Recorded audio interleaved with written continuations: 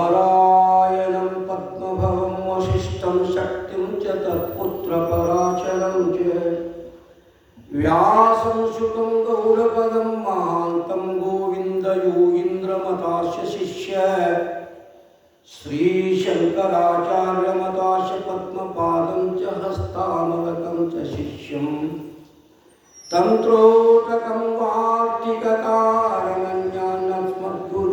वार्तिककारमन्यान्नस्मद्गुरुमानतोऽस्मि श्रुतिस्मृतिपुराणानाम् आलयं करुणालयं नमामि शङ्करभगवत्पादं शङ्करं लोकशङ्करं शङ्करं शङ्कराचार्यं श्रुतिस्मृतिपुराणानां करुणालयं नमामि भगवत्पादं शङ्करं लोकशङ्करं शङ्करं शङ्कराचार्यं केशवं नारायणं श्रुतिस्मृतिपुराणम् आलयं नमामि भगवत्पादं सिद्धसद्गुरुपादाब्जं जननी जनकौस्तता तत्त्वोपदेशकर्तारं नत्वा भक्तिपुरःसरं ज्ञानसिद्धं तपःसिद्धं सर्वसिद्धं शिवप्रदं स्वयं सिद्धम् अहं वन्दे सिद्धारूढमहं भजे भक्तमानसहंसाय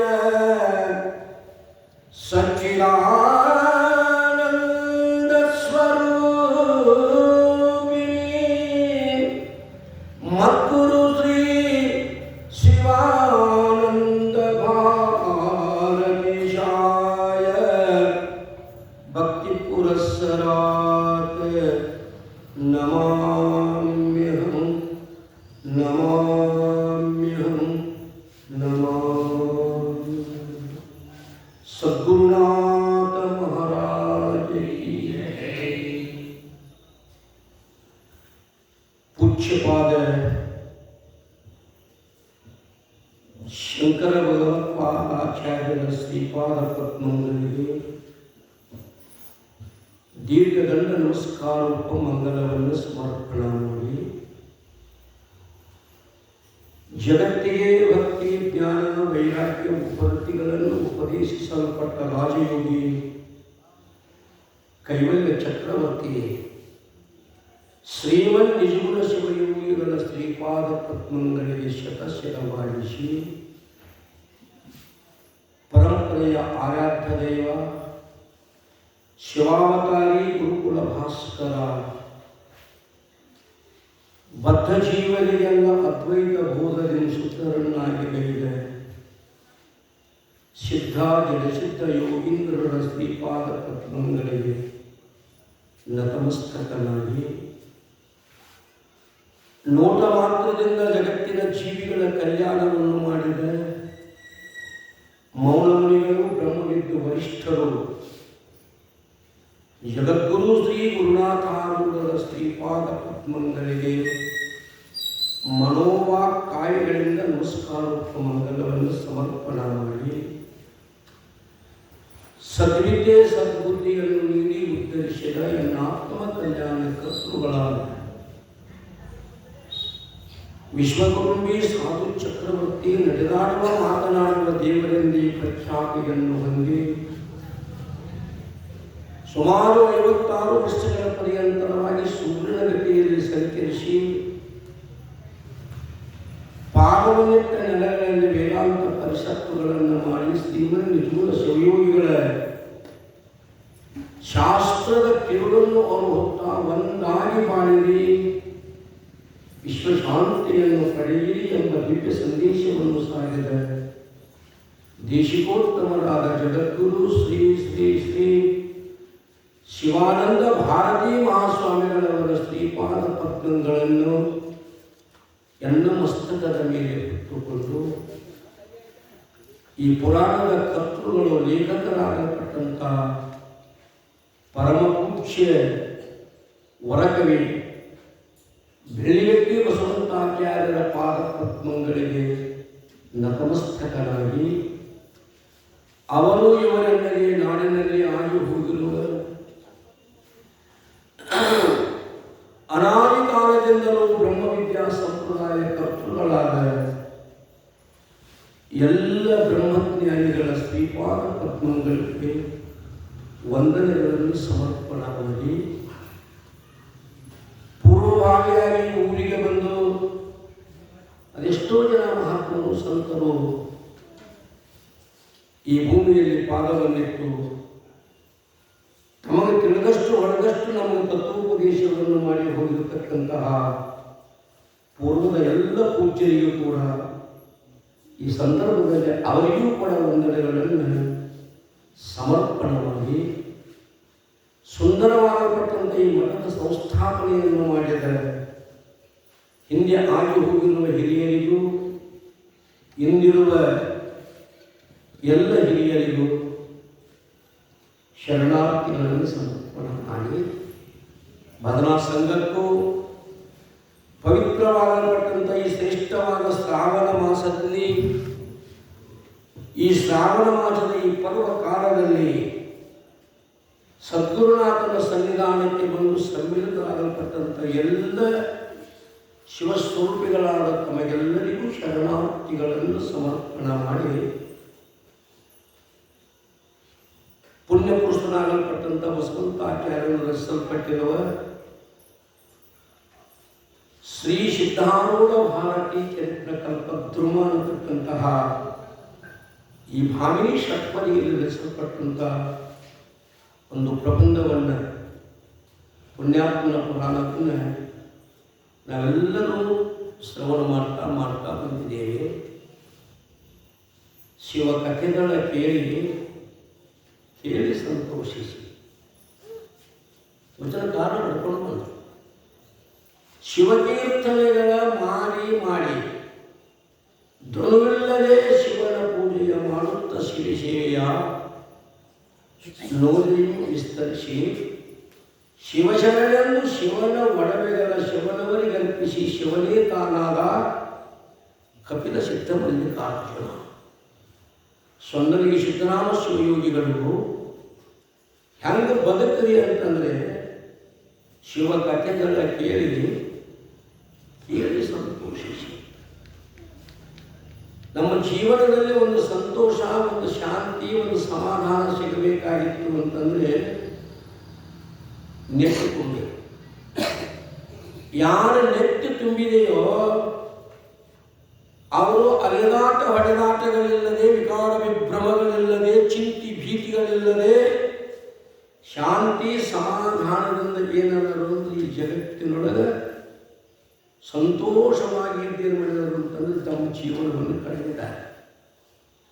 ನೆಟ್ಟಿ ತುಂಬಿಕೊಳ್ಳಲಾರದೆ ಬರೀ ಹೊಟ್ಟೆ ತುಂಬಿಕೊಳ್ಬೇಕು, ಅದ್ರ ಜೊತೆಗೆ ಒಂದಿಷ್ಟು ಮಟ್ಟಿ ಕಟ್ಟಬೇಕು ಅನ್ನೋರು ಏನದಲ್ಲ, ಅವ್ರಿಗೆ ಅವೆರಡೂ ಬೇಕಾಗೋದಿಲ್ಲ. ಯಾವುವು ಶಾಂತಿ ನೆಮ್ಮದಿ ಅಂತ ಏನು ಹೇಳ್ತಾರೋ ಅವ್ರಿಗೆ ಅವ್ರ ಜೀವನದೊಳಗೆ ಏನಾಗೋದಿಲ್ಲ ಅಂದ್ರೆ ಅವೆರಡೂ ಅವ್ರಿಗೆ ಬೇಕಾಗೋದಿಲ್ಲ. ಹಂಗೆ ಮುಂದಕ್ಕೆ ಹೋಗೋದು. ಇಷ್ಟು ಸಿಕ್ಕರೆ ಮತ್ತಷ್ಟು ರಾಶಿ, ಅಷ್ಟು ಸಿಕ್ಕರೆ ಇನ್ನಷ್ಟು ರಾಶಿ. ಕಷ್ಟವೇ ನಮ್ಮಾಸೆ ಕೊಡಿಸುತ್ತವ ಕಾಂಬಾಚೆ ಕೊನೆಗೊಮ್ಮೆ ಇಷ್ಟ ಜೀವನದ ಆಸೆ. ಪುರಂದರ ವಿಠಲ ಅಂತ ದಾಸ ಸಾಹಿತ್ಯ ಬರ್ಕೊಂಡು ಬಂದಂಗೆ ನಮ್ಮ ನೆಟ್ಟು ತುಂಬಬೇಕಾದ್ರೆ ಏನು ಮಾಡಬೇಕು ಅಂದ್ರೆ ಪುರಾಣ ಪುಣ್ಯಕಥೆಗಳನ್ನು ಮಹಾತ್ಮರ ಪ್ರಸಾದ ವಾಣಿಯಿಂದ ಬರತಕ್ಕಂಥ ಹಿತೋಪದೇಶಗಳನ್ನು ಕೇಳಿದಾಗ ನಮ್ದೇನಾಗ್ತದೆ ಅಂದ್ರೆ ನಮ್ಮ ನೆಟ್ಟು ತುಂಬುತ್ತದೆ. ಅದರಿಂದ ಸಂತೋಷ ಅನ್ನುವಂಥದ್ದು ಅಂದರೆ ಶಾಶ್ವತ ಸಂತೋಷ. ಈಗ ನಮಗೆ ಸಂತೋಷ ಇಲ್ಲ ನೋಡಿದಾಗ ಕೇಳಿದಾಗ ಸಂತೋಷ ಆಗ್ತದೆ, ಕರೆ ಶಾಶ್ವತ ಅಲ್ಲ. ಅಂಥ ಶಾಶ್ವತ ಸುಖ ಯಾವುದರಿಂದ ಅಂತಂದರೆ ಮಹಾತ್ಮರ ಹಿತೋಪದೇಶವನ್ನು ಏನು ಮಾಡಬೇಕು ಅಂದರೆ ಈ ಕಿವಿಯಿಂದ ಕೇಳಬೇಕು. ಕಿವಿಯಿಂದ ಮಾಡಿದ ಊಟ ನೆತ್ತಿಗೆ ಹೋಗ್ತದೆ, ಬಾಯಿಂದ ಮಾಡಿದ ಊಟ ಹೊಟ್ಟೆಗೆ ಹೋಗ್ತದೆ. ಹೊಟ್ಟೆ ಒಂದು 4 ತಾಸು 5 ತಾಸು 6 ತಾಸು ಅಷ್ಟು ಶಾಂತಿ ಆಗ್ತದೆ ಜಗಳಾಗಲಿ. ಮತ್ತೆ 8 ತಾಸು ಆತಂದ್ರೆ ಮತ್ತೆ ಇದು ಹಾಕಬೇಕಾದಕ್ಕೆ ಮತ್ತೆ ಹಾಕಬೇಕು. ಇದು ಹೊಟ್ಟೆ ಅಂದ್ರೆ ಹೊರತು ಮಟ್ಟಿದ್ದಂಗೆ ಬಾವ್ಯಾಗ ತುಂಬಿದಂಗೆ ಆಕೈತಿ. ಮ್ಯಾಲ ಹುಡುಗರು ಅರ್ಧ ನೀರು ಹೊಳೆ ಬಾವ್ಯಾಗ ಬಿದ್ದಿರ್ತಾವೆ, ಮತ್ತು ಅರ್ಧ ನೀರು ಬಚ್ಚಲಾಗಿ ಬರ್ತಾವೆ. ಹಂಗೆ ಇದಕ್ಕೆ ಎಷ್ಟು ಹಾಕಿದರೂ ಏನಿಲ್ಲ ಅಂತಂದ್ರೆ ತೃಪ್ತಿ ಅನ್ನುವಂಥದ್ದಿಲ್ಲ.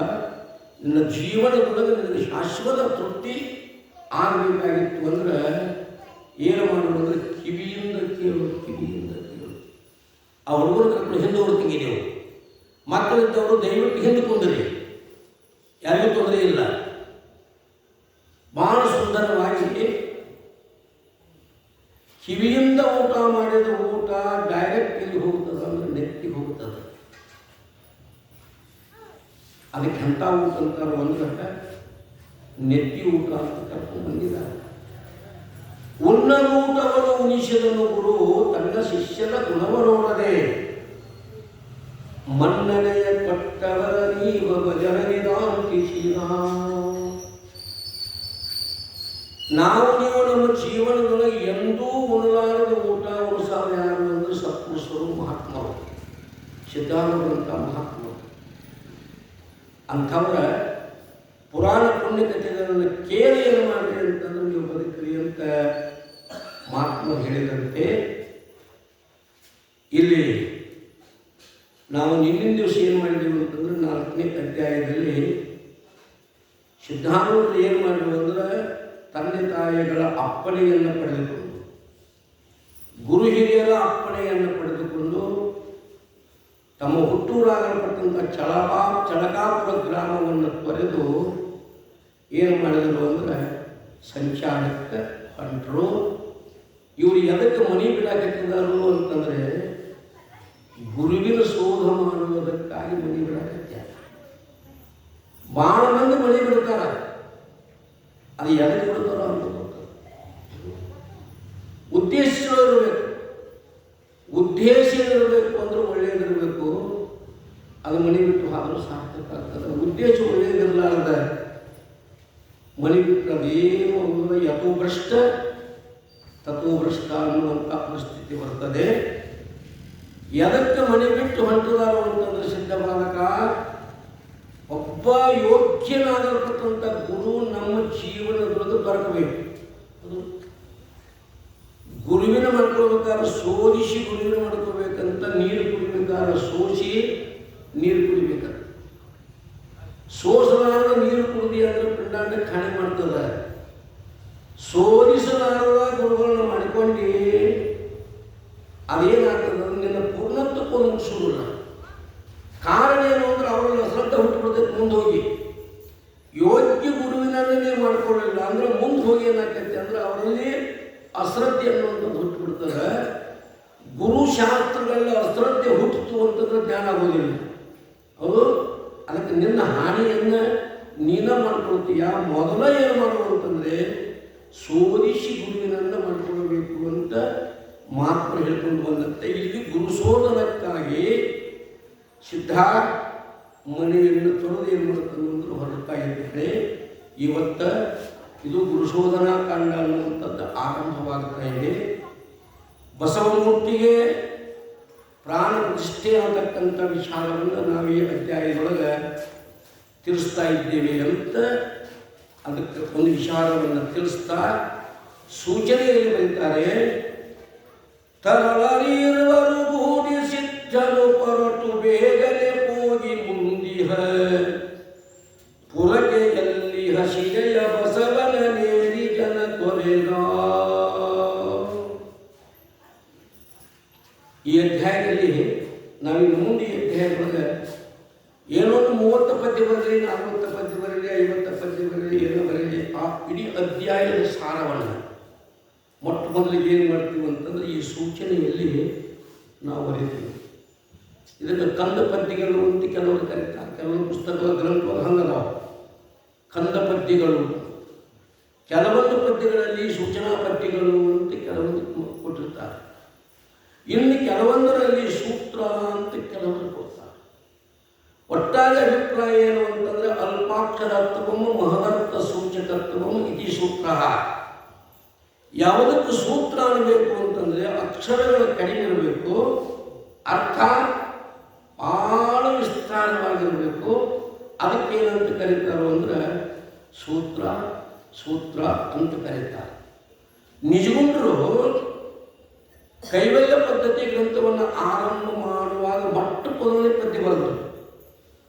ಏನು ಬರೆದರು ಅಂತಂದರೆ ಶ್ರೀಗುರು ವಚನೋಪದೇಶವನ್ನಾಲಿಸಿದಾಗಲಹುದು ನರರಿಗೆ ಮುಕುತಿ.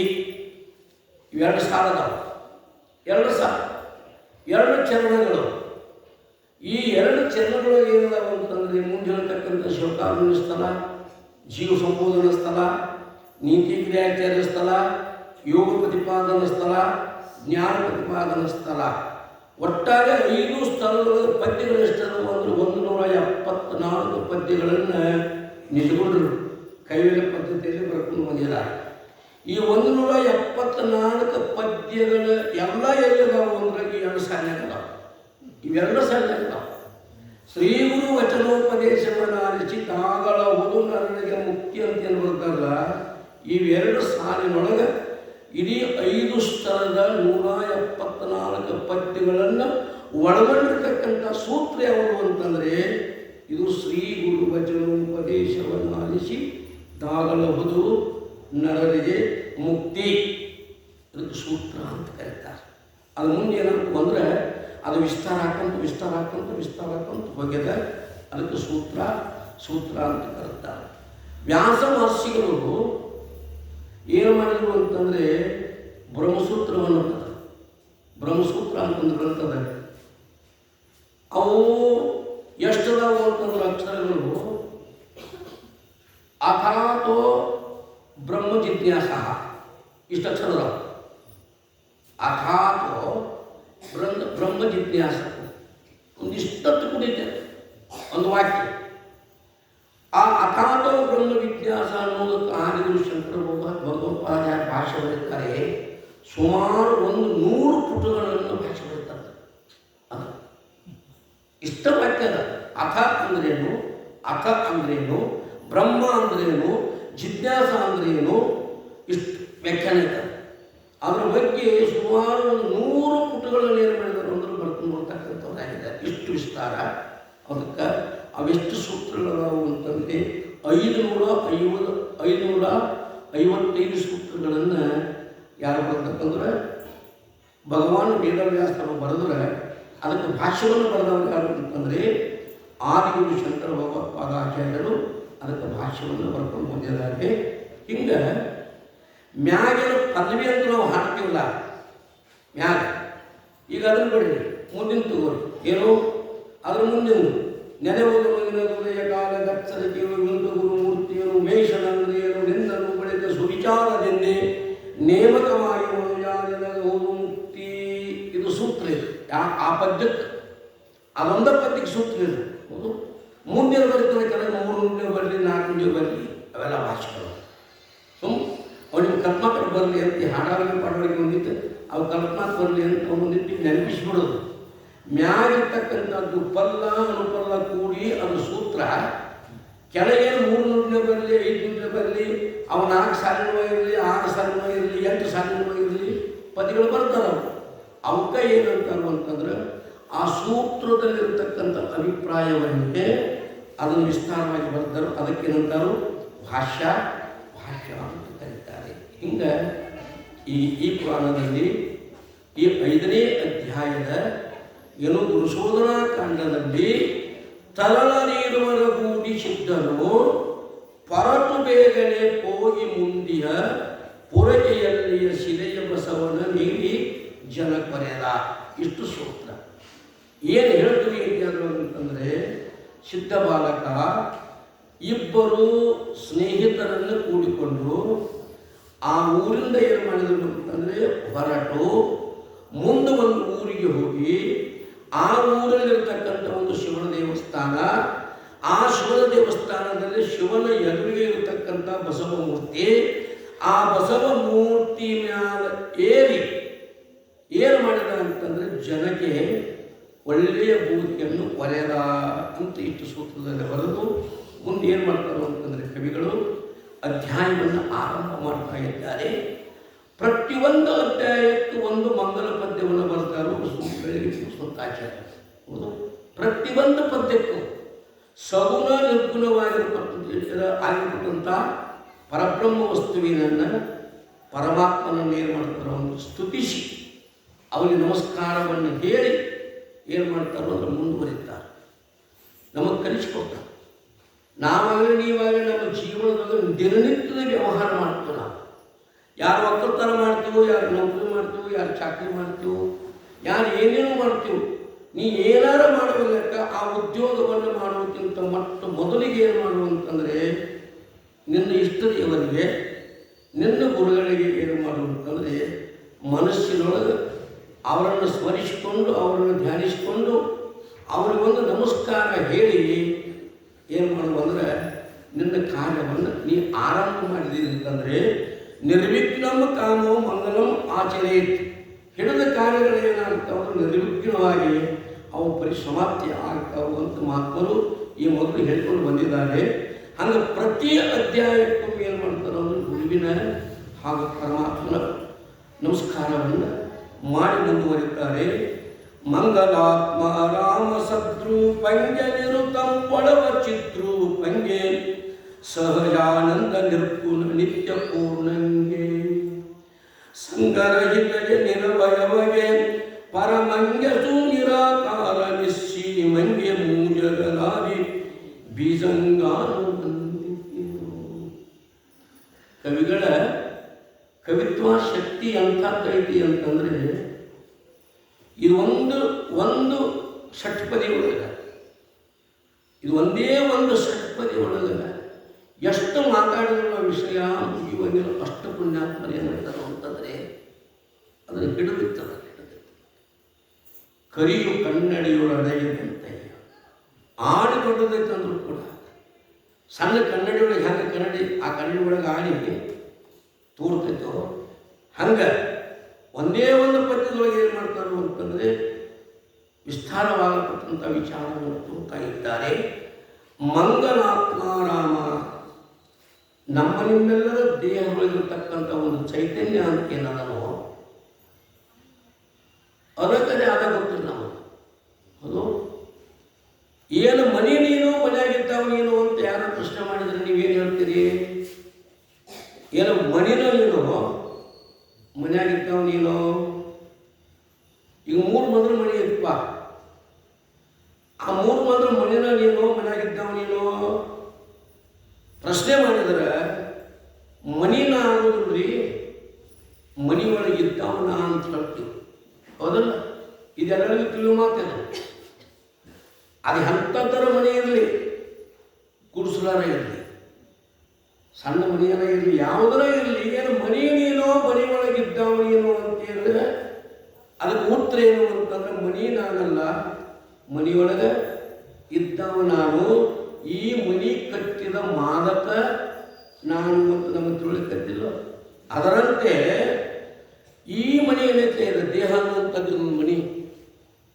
ಈ ದೇಹ ಅನ್ನುವಂಥ ಮನಿನ ನೀನು ಈ ದೇಹದೊಳಗೆ ದೇಹಿಯಾಗಿರ್ತಕ್ಕಂಥ ಆತ್ಮ ನೀನು ಯಾರು ನೀನು?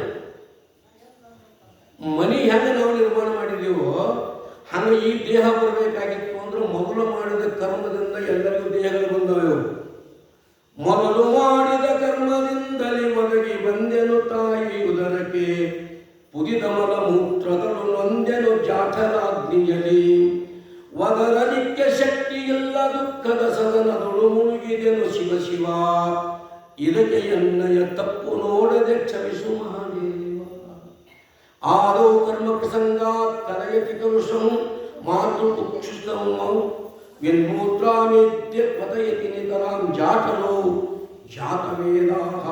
ಸಂಸ್ಕೃತದಲ್ಲಿ ಶಂಕರರು ಬರೀತಾರೆ, ಮೊದಲು ಮಾಡಿದ ಕರ್ಮದಿಂದ ನಾವೇನಾಗಿದ್ವು ಅಂದರೆ ಹೆಣ್ಮಕ್ಳು ಗಂಡು ಮಕ್ಕಳು ಆಗಿ ಹುಟ್ಟು ಬಂತೀವಿ, ದೇಹ ತಗೊಂಡು ಬಂದು ಈ ದೇಹ ನಮಗಿರಾಕ ಮನೆ ಇದ್ದ ಈ ದೇಹದಲ್ಲಿರ್ತಕ್ಕಂಥ ಆತ್ಮಾರಾಮ ಅಂತ ಏನಂತಕ್ಕೂ ಆ ಆತ್ಮಾರಾಮ ಆ ಆತ್ಮಸ್ವರೂಪ ಅದನ್ನು ನಾವು ಹೊರತಾಗಿ ಏನು ನಾವಲ್ಲ ಮನೆ ನಾವಲ್ಲ ಈಗ ಗಟ್ಟೆ ತಿಳ್ಕೊಂಡ್ಬಿಡ್ಬೇಕಿದು ನಮಗೆ ಅದು ದೇಹ ನಾನಲ್ಲ ದೇಹದಲ್ಲಿರತಕ್ಕಂತಹ ಆತ್ಮ ನಾನು ಹಿಂಗೆ ತಿಳಿದು ನಿನ್ನ ಮತಿಗೆ ಮಂಗಲ ಆಗೈತೆ ಅಂತ ತಿಳ್ಕೊಳ್ಳೋದು. ಯಾರ ಮತಿಗೆ ಮಂಗಲ ಆಗಿದೆಯೋ ಅವ್ರು ಹಿಂಗೆ ತಿಳ್ಕೊತಾರೆ. ಯಾರ ಮತಿ ಅಮಂಗಲ ಆಗೈತೋ ಅವ್ರೇನು ತಿಳ್ಕೊತಾರೆ ಅಂದರೆ ದೇಹವೇ ನಾನು ಅಂತ ತಿಳ್ಕೊತಾರೆ. ಶತ್ರುಪಂಗಿ ಬಹುಶಃ ಇದ್ರ ಬಗ್ಗೆ ಕೇಳಿದ್ರೆ ನೀವು ಶತ್ರುಪ ಅಂದರೆ ಯಾರಿಗೆ ತಿಳಬೇಕು ಅಂತಂದರೆ ತ್ರಿಕಾಲ ಅಭಾಗ್ಯತ್ವಂ ಶತ್ರುಪತ್ವಂ ಮೂರೂ ಕಾಲದೊಳಗೆ ಭೂತಕಾಲ ವರ್ತಮಾನ ಕಾಲ ಭವಿಷ್ಯತ್ ಕಾಲ ಮೂರೂ ಕಾಲದೊಳಗೆ ಯಾವುದು ನಾಶವಾಗದೆ ಇರ್ತದೋ ಅದಕ್ಕೆ ಏನಂತ ಕರೀತಾರೆ ಅಂದ್ರೆ ಸದ್ರೂಪ ಅಂತ ಕರೀತಾರೆ. ಈ ದೇಹ ಹುಟ್ಟುಕ್ಕಿಂತ ಮೊದಲು ಇದ್ದಿದ್ದಿಲ್ಲ. ನಮ್ಮದು ನಿಮ್ಮದು ಹುಟ್ಟಿದ ನಂತರ ಕೆಲವೊಂದಿನ ಇರ್ತದೆ. ಇನ್ನು ಮುಂದೆ ಹೋಗಿದ್ದೇನಾದರೂ ಈ ದೇಹಗಳು ಇರಂಗಿಲ್ಲ. ಯಾಕೆ ನಮಗೆ ಹಿಂದಿನವರ ದೇಹ ಯಾವ ಈಗ ಉಳಿದಿಲ್ಲ. ಅದು ರಾಮ ಗಯ, ರಹೀಮ್ ಗಯ, ಪೀರ್ ಗಯ, ಪೈಗಂಬರ್ ಗಯ, ಸಬ್ ಗಯ ಎಲ್ಲರೂ ಆದ್ರಪ್ಪ. ಅವತಾರಗಳು ಆದರೂ ಹೋಗಿ ಬಂದವರು ಏನಾದರೂ ಎಲ್ಲರೂ ಹೋದ ಹಿಂದಿನಾನೇ ನಮ್ಮ ದೇಹಗಳು ಹೋಗ್ತಾವು. ಈ ದೇಹಗಳು ಏನದಾಗಿರುತ್ತಂದರೆ ಸದ್ರೂಪ ಅಲ್ಲ, ಇವು ಅಸದ್ರೂಪ. ನಾವು ಸದ್ರೂಪ. ನಿರುತಂ ಕೊಳವ ಚಿತ್ರೂಪಂಗೆ. ಚಿತ್ರೂಪ ಅಂದರೆ ಏನು ಅರಿತೀವಲ್ಲ, ಇರುವುದರಿಂದ ಸದ್ರೂಪ, ಅರಿಯುವುದರಿಂದ ಚಿದ್ರೂಪ. ಆನಂದವಾಗಿರ್ತೀವಲ್ಲ, ವಾಸ್ತವಿಕ ನಮ್ಮ ಸ್ವರೂಪ ಹೆಂಗೈತೆ ಅಂದ್ರೆ ಆನಂದನ. ದುಃಖನು ನಮ್ಮ ಸ್ವರೂಪ ಹೇಳ್ಕೊಳ್ಳೋಕೆ ಎಷ್ಟಿಲ್ಲ ಕರೆ ದುಃಖನು ಆಗಂತುಕ ಐತಿ. ನಮ್ಮ ಸ್ವರೂಪ ಸಹಜವಾಗಿರೋ ಅದು ಆನಂದ ಸ್ವರೂಪನ ನಾವು ನೀವು ಅರಿವು. ಬೆಲ್ಲದೊಳಗಿನ ಸಿಹಿ ಏನ ಆಗಂತುಕ ಅಂತೀರೋ ಸ್ವಾಭಾವಿಕ ಅಂತೀರೋ. ಬೆಲ್ಲದೊಳಗೆ ಸಿಹಿ ಐತಲ್ಲ, ಆ ಬೆಲ್ಲದೊಳಗಿನ ಸಿಹಿ ಸ್ವಾಭಾವಿಕ ಐತೆ. ಬೆಲ್ಲ ಬಿಟ್ಟು ಸಿಹಿ ಬೇರ್ಪಡಿಸಪ್ಪ ಅಂದ್ರೆ ಅದನ್ನು ಬೇರ್ಪಡಿಸಕ್ಕೆ ಬರೋದಿಲ್ಲ. ಹಂಗೆ ನಮ್ಮ ನಿಮ್ಮ ಸ್ವರೂಪ ಅದು ಆನಂದ ಸ್ವರೂಪನ ಐತದ. ಆ ಆನಂದನ ಏನಾಗುತ್ತೆ ಎಲ್ಲ ವಸ್ತುಗಳು ತೋರಿ ಈ ಆನಂದ ಅನಿಸ್ಕೊಳ್ಳೋದಿದ್ದಾವೆ. ಈ ಮಾತಿನ ತಿಳಿದಿದ್ದೀವಿ ಇಲ್ಲೋ. ಈಗ ನಮ್ಮೊಂದು ನಿಮ್ಗೆ ಯಾಕಂದ್ರೆ ಅಂತ ಹೇಳ್ತೇನೆ. ಈಗ ಮನೆಯೊಳಗೆ ಹೋಳಿಗೆ ಮಾಡ್ತಾರೆ. ಹೋಳಿಗೆ, ಕಡುಬ, ಪಾಯಸ, ಕುಟ್ಟಿದ ಹುಗ್ಗಿ, ಶಿರಾ ಎಲ್ಲ ಮಾಡ್ತಾರೆ. ಈಗ ಶಿರದೊಳಗಿನ ಸಿಹಿ ಐತಲ್ಲ, ಹೋಳಿಗೆ ಒಳಗಿನ ಸಿಹಿ ಬಂದು ಪ್ರವೇಶ ಆಗಿತ್ತ. ಆಗ ಬೆಲ್ಲದ ತಿಂತಿರೋ ಹೋಳಿಗೆ ತಿಂತಿರೋ. ಬೆಲ್ಲದ ಸಿಹಿ ಏನಾಯ್ತು ಅಂದ್ರೆ ಬಂದೇನು ಸೇರಿತು ಅಂದ್ರೆ ಹೋಳಿಗೆ ಸೇರಿತ್ತು. ಈಗ ಹೋಲದಾಗ ಸೇರಿ ಅಲ್ಲಿಂದ ಹೋಳಿಗೆ ಸೇರಿ ಹೋಳಿಗೆ ಮಾಡಿ ರುಚಿ ಅದಾವ ಅಂತ ನಾವು. ಇನ್ನು ಹೋಳಿಗೆ ರುಚಿ ಅದಾವ, ಬೆಲ್ಲ ರುಚಿ ಇತ್ತು. ಭಾಳ ಡೀಪ್ ವಿಚಾರಕ್ಕೆ ಹೋಗೋದು ಬೇಡ. ಅಂತೂ ಬೆಲ್ಲದೊಳಗಿನ ಸಿಹಿನ ಹೋಳಿಗೆ ಒಳಗೆ ಹುಗ್ಗಿ ಒಳಗೆ ಹೆಂಗೆ ತೋರಿತು ನಮಗೆ, ಹಂಗೆ ನಮ್ಮ ಆತ್ಮಸ್ವರೂಪದ ಸುಖಾನ ಏನಾಗೈತಿ ಅಂದರೆ ಹೆಣ್ಣಿನಲ್ಲಿ, ಹೊನ್ನಿನಲ್ಲಿ, ಮಣ್ಣಿನಲ್ಲಿ ನಮ್ಮ ಸುಖಾನ ಕನ್ನಡಿ ಒಳಗೆ ನಮ್ಮ ಮುಖಾನ ನಮಗೆ ತೋರಿದಂಗೆ ತಮ್ಮ ಪ್ಯಾಲೇಸ್ ಕನ್ನಡಿ ಒಳಗೆ ನಮ್ಮ ಮುಖಾನ ನಮಗೆ ತೋರಿದಂಗೆ ಏನಾಗೈತಿ ಅಂದರೆ ನಮ್ಮ ಆನಂದನ ಅನೇಕ ಮುಖದಿಂದ ಏನಾಗಿದೆ ತೋರಾಕೈತಿ. ಅದಕ್ಕೆ ನೀ ಏನಿದೆ ಅಂತಂದರೆ ನೀ ಆತ್ಮ ಆನಂದ ಸ್ವರೂಪ ಅರಿಪ ನಿರ್ಗುಣ. ವಾಸ್ತವಿಕವಾಗಿ ಆತ್ಮನಲ್ಲಿ ಯಾವ ಗುಣಗಳಿಲ್ಲ. ನೀವು ದಿನ ಹಾಡ್ತೀರಿ ಏನೋ ತ್ರಿಗುಣರಹಿತಂ ಭಾವಾತೀತಂ ಸದ್ಗುರು ತಂ ನಮಾಮಿ. ಸತ್ವಗುಣ, ರಜೋಗುಣ, ತಮೋಗುಣ ಹೇಳಿದವು ಅಂತಂದರೆ ಎಲ್ಲಿ ಸಾಕಾರ ವಸ್ತುಗಳದಾವ ಅಲ್ಲದ. ನಿರಾಕಾರ ವಸ್ತುವಿನಲ್ಲಿ ಗುಣಗಳಿಲ್ಲ. ಪೂರ್ಣಂಗೆ ಈ ಆತ್ಮಸ್ವರೂಪ ಹೆಂಗದ ಅಂದರೆ ಇಲ್ಲಿ ಐತಿ ಅಲ್ಲಿಲ್ಲ ಅನ್ನಂಗಿಲ್ಲ. ಈಗ ಬೆಳೆಮಾಡ ಗ್ರಾಮ ಹೋಗಿರೋ ತಾಲೂಕಿನಾಗ ಐತಿ, ಹೌದು.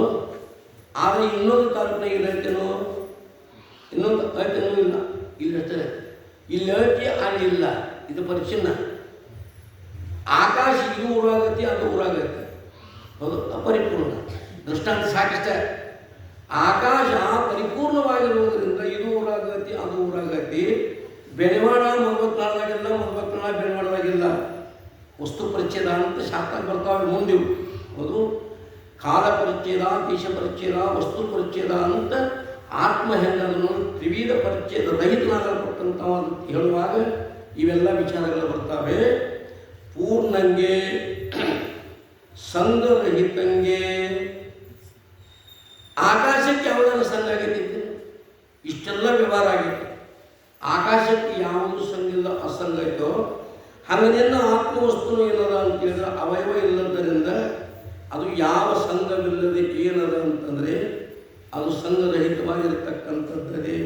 ನೋಡಿ ಇವೆಲ್ಲ ಏನಾದರೂ ಒಂದೊಂದು ದಿವಸ ಅಲ್ಲ, ಇದರ ಬಗ್ಗೆ ವಿಚಾರ ಮಾಡ್ಕೊತಕ್ಕಂಥ ಎಷ್ಟೊಂದು ಎದುರಾಕೊಂಡ್ರು ಪ್ರಸಂಗ ಬರ್ತದಾಗಿರಲಿ. ಅಂತೂ ಪರಮಂಗೆ, ಸುನಿರಾಕಾರ ನಿಶ್ಚೀವಂಗೆ, ಮೂಜಗನಾಗಿ ಬೀಜಂಗಾನು ವಂದಿಪೇನು. ಇಡೀ ಭೂಲೋಕ, ಸ್ವರ್ಗಲೋಕ, ಪಾತಾಳ ಲೋಕ ಅಂತ ನಾವು 3 ಲೋಕಗಳನ್ನು ಹೇಳ್ತೀವೋ, ಇನ್ನು 14 ಲೋಕಗಳನ್ನು ಹೇಳ್ತಾರೋ. ಅವು ಎಷ್ಟು ಹೇಳಿದ್ರು ಅವ 3 ಲೋಕದಾಗ ಇರೋದವ ಅಂದರೆ ಅವಂತಪ್ಪಾಗ್ಯದವಂತ ತಿಳ್ಕೊಂಡು ಇಷ್ಟು ವಿಚಾರಗಳನ್ನು ಮೊಟ್ಟ ಮೊದಲನೇ ಪದ್ಯದಲ್ಲಿ ಏನು ಮಾಡಿದರು ಅಂತಂದರೆ ಗುರುವಿಗೂ ಸ್ವರೂಪಕ್ಕೂ ಪರಮಾತ್ಮನಿಗೂ ನಮಸ್ಕಾರ ಅನ್ನುವಂಥದ್ದನ್ನು ಮಾಡಿ ಬಳಿಕ ಸರ್ವರು ತಂದೆ ತಾಯಿಗಳನ್ನು ಸಿದ್ಧಗೆ ಪರಿಸಿ ಹೋಗರು. ಗಳಿಗನಾಗಳೆ ಸೋಮವೀಮರು ಸಿದ್ಧನಿಗೆ ತಾವು ಕಳೆದು ಕಾಮವ ಪೋಪು ಏಕತೆ ಬಳಿಕ ಮಲ್ಲಿಗೆ ಪೇಳು ನಮ್ಮಯ ಗೆಳೆಯನೇ ನೀನೆಂದವರು ನೆರೆತೇಳದ ಸಿದ್ಧ. ಊರು ಬಿಟ್ಟು ಒಬ್ಬಂಟಿಗಳಾಗಿ ಹೊಂಟಿರ್ತಕ್ಕಂಥ ಈ ಸಿದ್ಧ ಬಾಲಕನನ್ನು ನೋಡಿ ಅವನ ಆತ್ಮೀಯ ಗೆಳೆಯರು ಯಾರು? ಸೋಮ ಭೀಮ ಅಂತಕ್ಕಂಥವ್ರು ಇಬ್ಬರು. ನಾವು ನಮ್ಮ ಆಡು ಭಾಷೆಗಳು ಮಾತಾಡ್ತೇವ, ಅವರವರು ಲಂಗುಟಿ ಗೆಳೆಯರಲ್ಲಿ ಅನ್ನೋದಿಲ್ಲ. ಹಂಗೆ ಸೋಮ ಭೀಮರಿಬ್ಬರು ಏನಾದರೂ ಒಂದು ಸಿದ್ಧನಿಗೆ ಭಾಳ ಸಮೀಪದ ಗೆಳೆಯರಾಗಿ ಸದಾವ ಕಾಲದಲ್ಲಿ ಅವನ ಜೊತೆಗೆ ಇರತಕ್ಕಂಥವ್ರು. ಇವರೆಲ್ಲರೂ ಬಿಟ್ಟು ಬಂದು ಏನು ಮಾಡಿದ್ರು ಅಂದ್ರೆ ಊರು ಹೊರಗೆ ಬಂದಿದ್ದಿದ್ರು ಇಬ್ಬರು. ಊರಲ್ಲಿ ಕಳ್ಸಾಕ ನಾವು ಮುಂದೆ ಹೋಗಿ ನಡಿ ಅಂತ ತಿಳ್ಕೊಂಡು ಇಬ್ಬರು ಮುಂದೆ ಬಂದು ನಿಂತಿದ್ದರು. ಸಿದ್ಧ ಇವರಿಗೆಲ್ಲರಿಗೂ ನಮಸ್ಕಾರ ಮಾಡಿ ಹೇಳಿ ಕೇಳಿ ಇವರು ಆಶೀರ್ವಾದ ಪಡ್ಕೊಂಡು ತನ್ನ ಗ್ರಾಮವನ್ನು ಹುಟ್ಟೂರಾಗಲ್ಪಟ್ಟಂಥ ಚಳಕಾಪೂರವನ್ನು ಒಮ್ಮೆಏನು ಬಿಟ್ಟಿದಾರಲ್ಲ ಸಿದ್ಧಾರವರು. ಒಮ್ಮೆ ಹುಟ್ಟಿದವರು ಬಿಟ್ಟಿರ್ತಕ್ಕಂಥ ಪುಣ್ಯಾತ್ಮರು ಹೊಳ್ಳೆ ಏನು ಮಾಡಿಲ್ಲ ಅಂತಂದರೆ ಹುಟ್ಟಿದ ಊರು ಹೆಸರು ಎಲ್ಲಿ ಹೇಳಿಲ್ಲ, ಹುಟ್ಟಿದವರು ಹೊಳ್ಳೆ ಹೋಗಿಲ್ಲ. ನಿಯಮದ ಒಬ್ಬ ಸನ್ಯಾಸಿ ಆಗಬೇಕಾತಂದರೆ ಹುಟ್ಟಿದ ಊರು ಬಿಟ್ಟು 12 ಹರದಾರಿ ಮ್ಯಾಲೆ ಇರ್ಬೇಕಂತವು. ಯಾಕಂದ್ರೆ ಒಬ್ಬ ಸನ್ಯಾಸಿಯಾಗಿ ಆಶ್ರಮ ತಗೋತಾನು ಅಂತಂದ್ರೆ ತನ್ನ ಹುಟ್ಟಿದ ಊರು ಬಿಟ್ಟು 12 ಹರದಾರಿ ಮ್ಯಾಲೆ ವಾಸ ಮಾಡಬೇಕು. ನಾವು ಸಮೀಪ ಎಲ್ಲಿಯೂ ಇರಬಾರದು ಅಂತ ಅವ್ರು ಏನು ಮಾಡಿದ್ರು ಅಂದ್ರೆ ಹಾಗಾಗಿ ಬಂದು ನಿಂತಿದ್ರು. ಸಿದ್ಧ ಭಗವಂತನ ನಾಮಸ್ಮರಣೆಯನ್ನು ಮಾಡಿಕೊಂಡು ಏನು ಮಾಡಿದ ಅಂತಂದರೆ ಬಂದ. ಆಗವರೇ ಮಾಡಿದ್ರು ಸಿದ್ಧನಿಗೆ ಕೇಳಿದರು, ಯಾಕಪ್ಪ ನೀವು ಗ್ರಾಮವನ್ನು ಬಿಟ್ಟು ಯಾಕೆ ಹೊಂಟದಿ, ಏನು ಕೆಲಸದಪ್ಪ ನೀ ಯಾಕೆ ಹೊಂಟದಿ ಅಂತ ಕೇಳಿದಾಗ ಅವರು ಹೇಳಿದರು. ಇಷ್ಟು ಕೇಳಿದಾಗ ಸಿದ್ಧಾರೂಢ ಹೇಳ್ತಾನೆ, ನೆರೆ ಕೇಳಲ್ಲ ಸಿದ್ಧ. ಇವ್ರಿಗೆ ಕೇಳಿಬಿಟ್ಟಿಗೆ ಸಿದ್ಧ ಹೇಳ್ತಾ ಇದ್ದಾನೆ, ಬುದ್ಧಿಯುತರೆ ಬಾಲ್ಯವನ್ನು ಮಿಗೆ ಸುತ್ತ ಮನದಿಂದೆಲ್ಲ ಮಂಪರೆ ಎದ್ದು ಸದ್ಗುರು ವರ್ಣ ಸೋರಿಸಿಯವರ ಪಾದಕ್ಕೆ ಬಿದ್ದು ಶುಶ್ರೂಷಣೆಯ ಕೈಯೊತ್ತಿದ್ದು ಜೀವ ಬ್ರಹ್ಮ ಕೈಕ್ಯದ ಸಿದ್ಧತೆಯ ಪಡೆಯುವುದೇ ಯೋಗ್ಯಂ ಕೇಳಿದೈ ಮತ್ತೆ. ಬುದ್ಧಿಯುತರೆ ಯಾಕೆ ನಾವು ಹೊಂಟದ್ದು ಅಂತಂದರೆ ಗುರುವಿನನ್ನು ಶೋಧಿಸಿ ಅವರ ಸೇವೆಯನ್ನು 4 ವಿಧಗಳಾಗಪಟ್ಟಂಥ ಸೇವೆಗಳು, ಆಪ್ತ ಸೇವೆ, ಅಂಗ ಸೇವೆ, ಸ್ಥಾನ ಸೇವೆ, ಸದ್ಭಾವ ಸೇವೆ ಅಂತ ಬರ್ತಾವೆ. 4 ರೀತಿಯಾದ ಸೇವೆಗಳು ಮನುಷ್ಯನ ಜೀವನದಲ್ಲಿ. ಒಂದಿಷ್ಟು ಮಹಾತ್ಮರನ್ನು, ಗುರುಗಳನ್ನು ಅವ್ರನ್ನ ಆಶ್ರಯಿಸಿ ಬೇಡ ಅವ್ರನ್ನ ಕರ್ತಂದು ಒಂದಿಷ್ಟು ಅವರ ಸೇವೆಯನ್ನು ಮಾಡಿ ಅವ್ರ ಕೃಪಾ ಪಡಿಬೇಕು ಅಂತ ಶಾಸ್ತ್ರದಲ್ಲಿ ನೇಮದ. ನಮ್ಮ ಬೀಗರು ನಮ್ಮ ಬಿದ್ದರು ಮನೆಗೆ ಬಂದರು ಅಂತಂದ್ರೆ ಅವ್ರ ವ್ಯವಸ್ಥೆ ಮಾಡಿಬಿಟ್ರು. ಹೆಣ್ಣು ಕೊಟ್ಟು ಅತ್ತಿ ಮಾವ ಮನೆಗೆ ಬಂದ್ರಪ್ಪ, ಬೇಡ ಹುಡುಗಿ ಅಣ್ಣ ತಮ್ಮ ಮನೆಗೆ ಬಂದರು, ಬಿಟ್ಕೊಟ್ಟು ಹತ್ರ ಹೋಗ್ತೀವಲ್ಲ ಬಂದರು ಬರೋವಾರ ಯಾಕಂತೇಳಿ ಶಿವ ಮಾಡಿದ್ರು ನಿಂತು. ಹೆಂಗೆ ಬೀಗರ ಮನೆಗೆ ಬಂದಾಗ ಅವ್ರು ಶಿವ ನಾವು ವಿಚಾರ ಮಾಡ್ತೀವೋ ಹಂಗೆ ಒಬ್ಬರು ಸತ್ಪುರುಷರು, ಒಬ್ಬರು ಮಹಾತ್ಮರು ನಮ್ಮ ಊರಿಗೆ ಬಂದಾರು ಅಂತಂದ್ರೆ, ಸದ್ಗುರುಗಳು ಬಂದಾರು ಅಂತಂದ್ರೆ ಹೆಂಗೆ ಬೀಗರ ಸೇವಾ ಮಾಡ್ತೀವೋ ಹಂಗೆ ಮಹಾತ್ಮರ ಸೇವಾ ಮಾಡೋದಕ್ಕೆ ಏನಂತಾರೋ ಅಂದ್ರೆ ಇದಕ್ಕೆ ಆಪ್ತ ಸೇವಾ ಅಂತ ಕರೀತಾರೆ. ಸರ್ವಜ್ಞ ಮಹಾಕವಿ ಬರೀತಾರೆ, ಬೀಗರುಂಬುವ ದಿನದಿ ಯೋಗಿ ಭಿಕ್ಷೆಗೆ ಬರಲು ಬೀಗರಿಗೆ ನೀಡಿ, ಯೋಗಿ ಇಲ್ಲಂದವಗೆ ಕಾಗೆಯ ಜನ್ಮೋ ಸರ್ವಜ್ಞ. ತ್ರಿಪದಿ ಅಂತಾರೆ, ತ್ರಿವಿಧಿ ಅಂತ ಕರೀತಾರೆ. 3 ಸಾಲಿನ ಪದ್ಯಗಳು.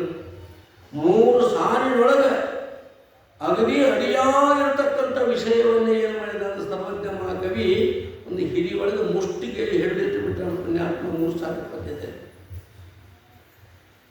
ಬೀಗರುಂಬುವ ದಿನದಿ ಯೋಗಿ ಭಿಕ್ಷೆಗೆ ಬರಲು, ಬೀಗರಿಗೆ ಒತ್ತಾಯ ಮಾಡಿ ನೀಡಿ ನೀಡಿ ನೀಡಿ ಯೋಗಿ ಇಲ್ಲ ಅಂತ ಅವನು ಹೊರಗೈಲಿ ಕಳಿಸಿದೆ ಅಂದ್ರೆ ನಿನಗೆ ಮುಂದೆ ಕಾಗಿ ಜನ ಬರ್ತದೆ ಅಂತ ಬರ್ತಾನೆ ಸರ್ವಜ್ಞ ಮಹಾಕವಿ. ಅರ್ಥಾರ್ಥ ಶರಣರು, ಸತ್ಪುರುಷರು, ಮಹಾತ್ಮರು ಯಾರು ನಮ್ಮ ಮನೆ ಬಾಗಿಲಿಗೆ ಬಂದರು ಅಂದ್ರೆ, ನಮ್ಮ ಊರಿಗೆ ಬಂದರು ಅಂತಂದರೆ ಅದ್ರ ಮೇಲೆ ಗೊತ್ತು ಮಾಡ್ತಾರಂತ ಮಹಾತ್ಮರು.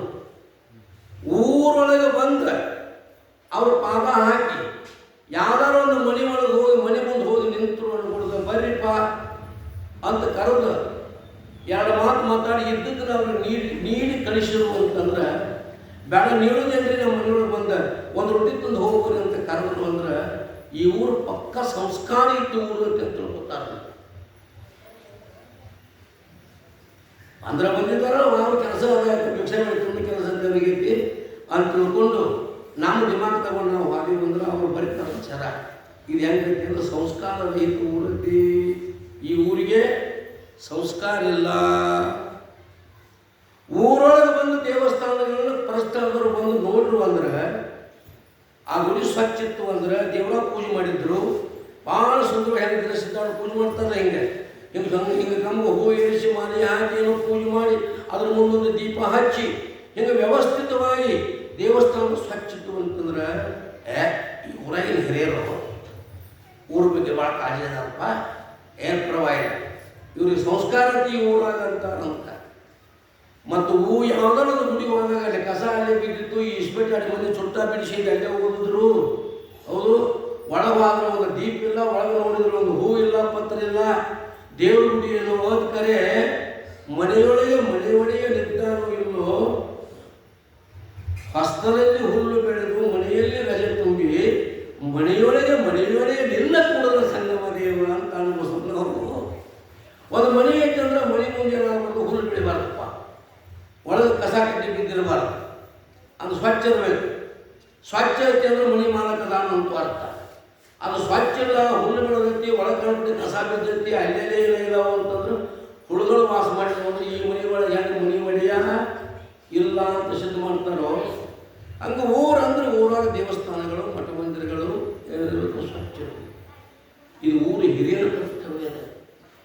ಒಬ್ಬ ಗೃಹಸ್ಥನ ಕರ್ತವ್ಯ ಏನು ಅಂತಂದರೆ, ನೀ ಮಧ್ಯಾಹ್ನ ಊಟ ಮಾಡೋಕ್ಕಿಂತ ಮೊದಲು ನಿನ್ನ ಓಣಿ ಒಳಗೆ ಯಾವಾಗ ಒಂದು ಗುಡಿ ಗುಂಡಾರ ಅದಾವು ಅಂದ್ರೆ, ಮಠ ಮಂದಿರ ಅದಾವು ಅಂತಂದ್ರೆ ನೀನು ಸುಮ್ಮನೆ ಹೋಗಿ ಆ ದೇವರಿಗೆ ನಮಸ್ಕಾರ ಮಾಡಿ ಆ ಗುಡಿ ಒಳಗೆ ಪರಸ್ಥಳದವ್ರು ಯಾರು ಬಂದು ಕುಂತಾರೋ ಹೆಂಗೆ ಅಂತ ವಿಚಾರ ಮಾಡಿ, ಅಕಸ್ಮಾತ್ ಪರಸ್ಥಳದಿಂದ ಯಾರು ಬಂದ ಗುಡಿ ಒಳಗೆ ಬಿಟ್ಟರು ಅಂದ್ರೆ ನಿನ್ನ ಮನೆಯೊಳಗಿರೋ 2 ರೊಟ್ಟಿ ತೊಗೊಂಡು ಹೋಗಿ ಅವ್ರಿಗೆ ಕೊಟ್ಟು ಊಟ ಮಾಡ್ರಿಪ್ಪ ಅಂತ ಹೇಳಿ ನೀ ಬಂದು ಮನೆಗೆ ಊಟ ಮಾಡಿದಿ ಅಂದ್ರೆ ನೀ ಗೃಹಸ್ಥಿಸ್ಕೊಳಕ್ಕೆ ಯೋಗ್ಯದಿ. ಯಾರ ಬರುವರು ಯಾರೋ ಒಳಗೆ ಬರ್ತಾರೆ ಹಂಗೆ ಹೋಗ್ತಾರೆ ಅಂತ ತಿಳ್ಕೊಂಡು ದೇವ್ರು ನಮಗೆ ಕೊಟ್ಟದನ್ನು ನಾವು ಉಂತೀವಿ ನಾವು ತಿಂತೀವಿ ಅಂತ ನೀವು ಹಿಂಗೆ ಮಾಡಿದ್ರೆ ನೀವೊಂದು ಗೃಹಸ್ಥ ಧರ್ಮದಿಂದ ನಿರೂಪ ಆಗ್ತೀವಿ ಅಂತ ಧರ್ಮಶಾಸ್ತ್ರದಲ್ಲಿ ಇವನ್ನೆಲ್ಲ ಬರ್ಕೊಂಡು ಬಂದಿದ್ದಾರೆ. ಇರಲಿ, ಇಲ್ಲಿ ಯಾಕೆ ಹೊಂಟಿದೆ ಒಂದು ಸಿದ್ಧಾರಣ ಕೇಳಿದಾಗ ಅವ್ರಿಗೆ ತನ್ನ ಬುದ್ಧಿ ಇರ್ತಾರೆ. ಬಾಲ್ಯದೊಳಗೆ ಶುದ್ಧ ಮನದಿಂದ ಎಲ್ಲವನ್ನೂ ತೊರೆದು ಎದ್ದು ಸದ್ಗುರುವರನ್ನು ಸೋಲಿಸಿ ಅವರ ಪಾದಕ್ಕೆ ಸೇವಾ ಹೇಳಕತ್ತಿಲ್ಲ. ನಮ್ಮದ್ರ ಆಪ್ತ ಸೇವಾ ಅದಕ್ಕೆ ಉಳಿತದ ಈ ಕಡೆ ಬಂತು ವೃತ್ತಿ. ಬೀಗರ ಸೇವಾ ಮಾಡಿದಂಗೆ ಮಾತೃ ಸೇವಾ ಮಾಡೋದಕ್ಕೆ ಆಪ್ತ ಸೇವೆ ಅಂತಾರೆ. ಅಂಗ ಸೇವಾ ಅಂದ್ರೆ ನಮ್ಮ ದೇಹವನ್ನು ನಾವು ಹೆಂಗೆ ಸ್ವಚ್ಛ ಇಟ್ಕೋತೀವಿ, ಜಳಕ ಜಾಪತ್ರೆ ಮಾಡ್ತೀವೋ, ಇದಕ್ಕೆ ಏನೇನು ಬೇಕು ಅದನ್ನೆಲ್ಲ ಕೊಡ್ತೀವೋ, ಹಂಗೆ ನಮಗೆ ಏನೇನು ಬೇಕು ಅನ್ನೋದನ್ನು ನಾವು ಹೆಂಗೆ ಮಾಡ್ತೀವಿ, ಹಂಗೆ ನಮ್ಮ ದೇಹಕ್ಕೆ ಬೇಕಾದಂಗೆ ಅವ್ರಿಗೂ ಬೇಕಾಗ್ತೈತಿ, ಅವ್ರಿಗೂ ನಾವು ಮಾಡೋಣ ಅಂತ ತಿಳ್ಕೊಂಡು ಏನು ಮಾಡಬೇಕು ಅಂತ ಹಿಂಗೆ ಸೇವಾ ಮಾಡಿದ್ರೆ ಅಂಗ ಸೇವಾ ಅಂತ ಇರ್ತಾರೆ. ಅವ್ರು ಬಟ್ಟೆ ತೊಳೆದು ಒಂದಿಷ್ಟು ಸಾಧ್ಯ ಆದರೆ ಅವರು ಮೈ ಭಾಳ ಸೇವಾ ಮಾಡೋದು, ಇದೆಲ್ಲ ಅಂಗ ಸೇವಾ. ಇನ್ನು ಸ್ಥಾನ ಸೇವಾ ಅಂತಂದ್ರೆ ಮಠ ಅದ. ನಮ್ಮ ಮನೆ ನಾವು ಹೊರ ಹೆಂಗೆ ಸ್ವಚ್ಛ ತಗೋತೀವೋ ಹಂಗೆ ಈ ಗುರುವಿನ ಸ್ಥಾನವನ್ನು ಏನು ಮಾಡಬೇಕು ಅಂದ್ರೆ ಸ್ವಚ್ಛ ಇರಬೇಕು ಅಂತ. ಈಗ ದಿವಸ ಬೆಳಿಗ್ಗೆ ನಾವು 4 ಗಂಟೆ 5 ಗಂಟೆಗೆ ಬಂದು ಇದೆಲ್ಲ ಸ್ವಚ್ಛಗೆ ಕಸ ಮಾಡಿ ಜಲ ಮಾಡ್ತಾರಲ್ಲ ಇಲ್ಲಿ ಭಕ್ತರು. ಇದಕ್ಕೆ ಸ್ಥಾನ ಸೇವಾ ಅಂತ ಕರೀತಾರೆ. ಇನ್ನು ಅದ್ರ ಮುಂದಿನ ಸದ್ಭಾವ ಸೇವಾ ಅಂತಂದದ. ಸದ್ಭಾವ ಅಂತಂದರೆ ಗುರು ಅಂದ್ರೆ ಗುರು ಬ್ರಹ್ಮ ಹರಿರುದ್ರೇಶ್ವರ ಸದಾಶಿವ ಮೂರ್ತಿ. ಗುರು ಸಾಕ್ಷಾತ್ ಪರಬ್ರಹ್ಮನವ್ವ. ಗುರು ಸಾಕ್ಷಾತ್ ಪರಬ್ರಹ್ಮ ಈ ದರೆಯನ್ನು ಧರಿಸಲಿಕ್ಕೆ ನರರೂಪ ತಾರೆ ಬಂದಿಹನೆ. ಗುರು ಸರಿಯಾಗಲಿಲ್ಲ, ಗುರುಪಾದವೇ ಮೂಜಗವೆಲ್ಲ ತಂಗಿ ನಂಬುವ ಇದು ಸುಳ್ಳಲ್ಲ ಅಂತ ಗುರುವಿನಲ್ಲಿ ಇವು ಪರಮಾತ್ಮನ ಧರೆಗಳು ಬಂದಂಥ ಈ ಸದ್ಭಾವ ಮಾತಾಡೋದಕ್ಕೆ ಅದಕ್ಕೇನಂತಾರು ಸದ್ಭಾವ ಸೇವೆ ಅಂತ ಕರೀತಾರೆ. ಇಂಥ ಸದ್ಭಾವ ಸೇವೆಯನ್ನು ಮಾಡಿ ಗುರುಗಳ ಕೃಪೆಯನ್ನು ಪಡೆದು ಅನಿತ್ಯವಾಗಲ್ಪಟ್ಟಂಥ ಈ ದೇಹಾದ ನಾಮರೂಪಾತ್ಮಕ ಪ್ರಪಂಚದ ಭ್ರಾಂತಿಯನ್ನು ಕಳ್ಕೊಂಡು ನಿತ್ಯ ಶುದ್ಧ ಬುದ್ಧಮುಕ್ತವಾಗಲ್ಪಟ್ಟಂಥ ಆತ್ಮಸ್ವರೂಪ ಸಾಕ್ಷಾತ್ಕಾರವನ್ನು ಮಾಡಿಕೊಂಡು ಮುಕ್ತನಾಗುವುದಕ್ಕೋಸ್ಕರವಾಗಿ ನಾ ಏನು ಮಾಡಿದೆನು ಅಂತಂದ್ರೆ ಹೊಂಟದು.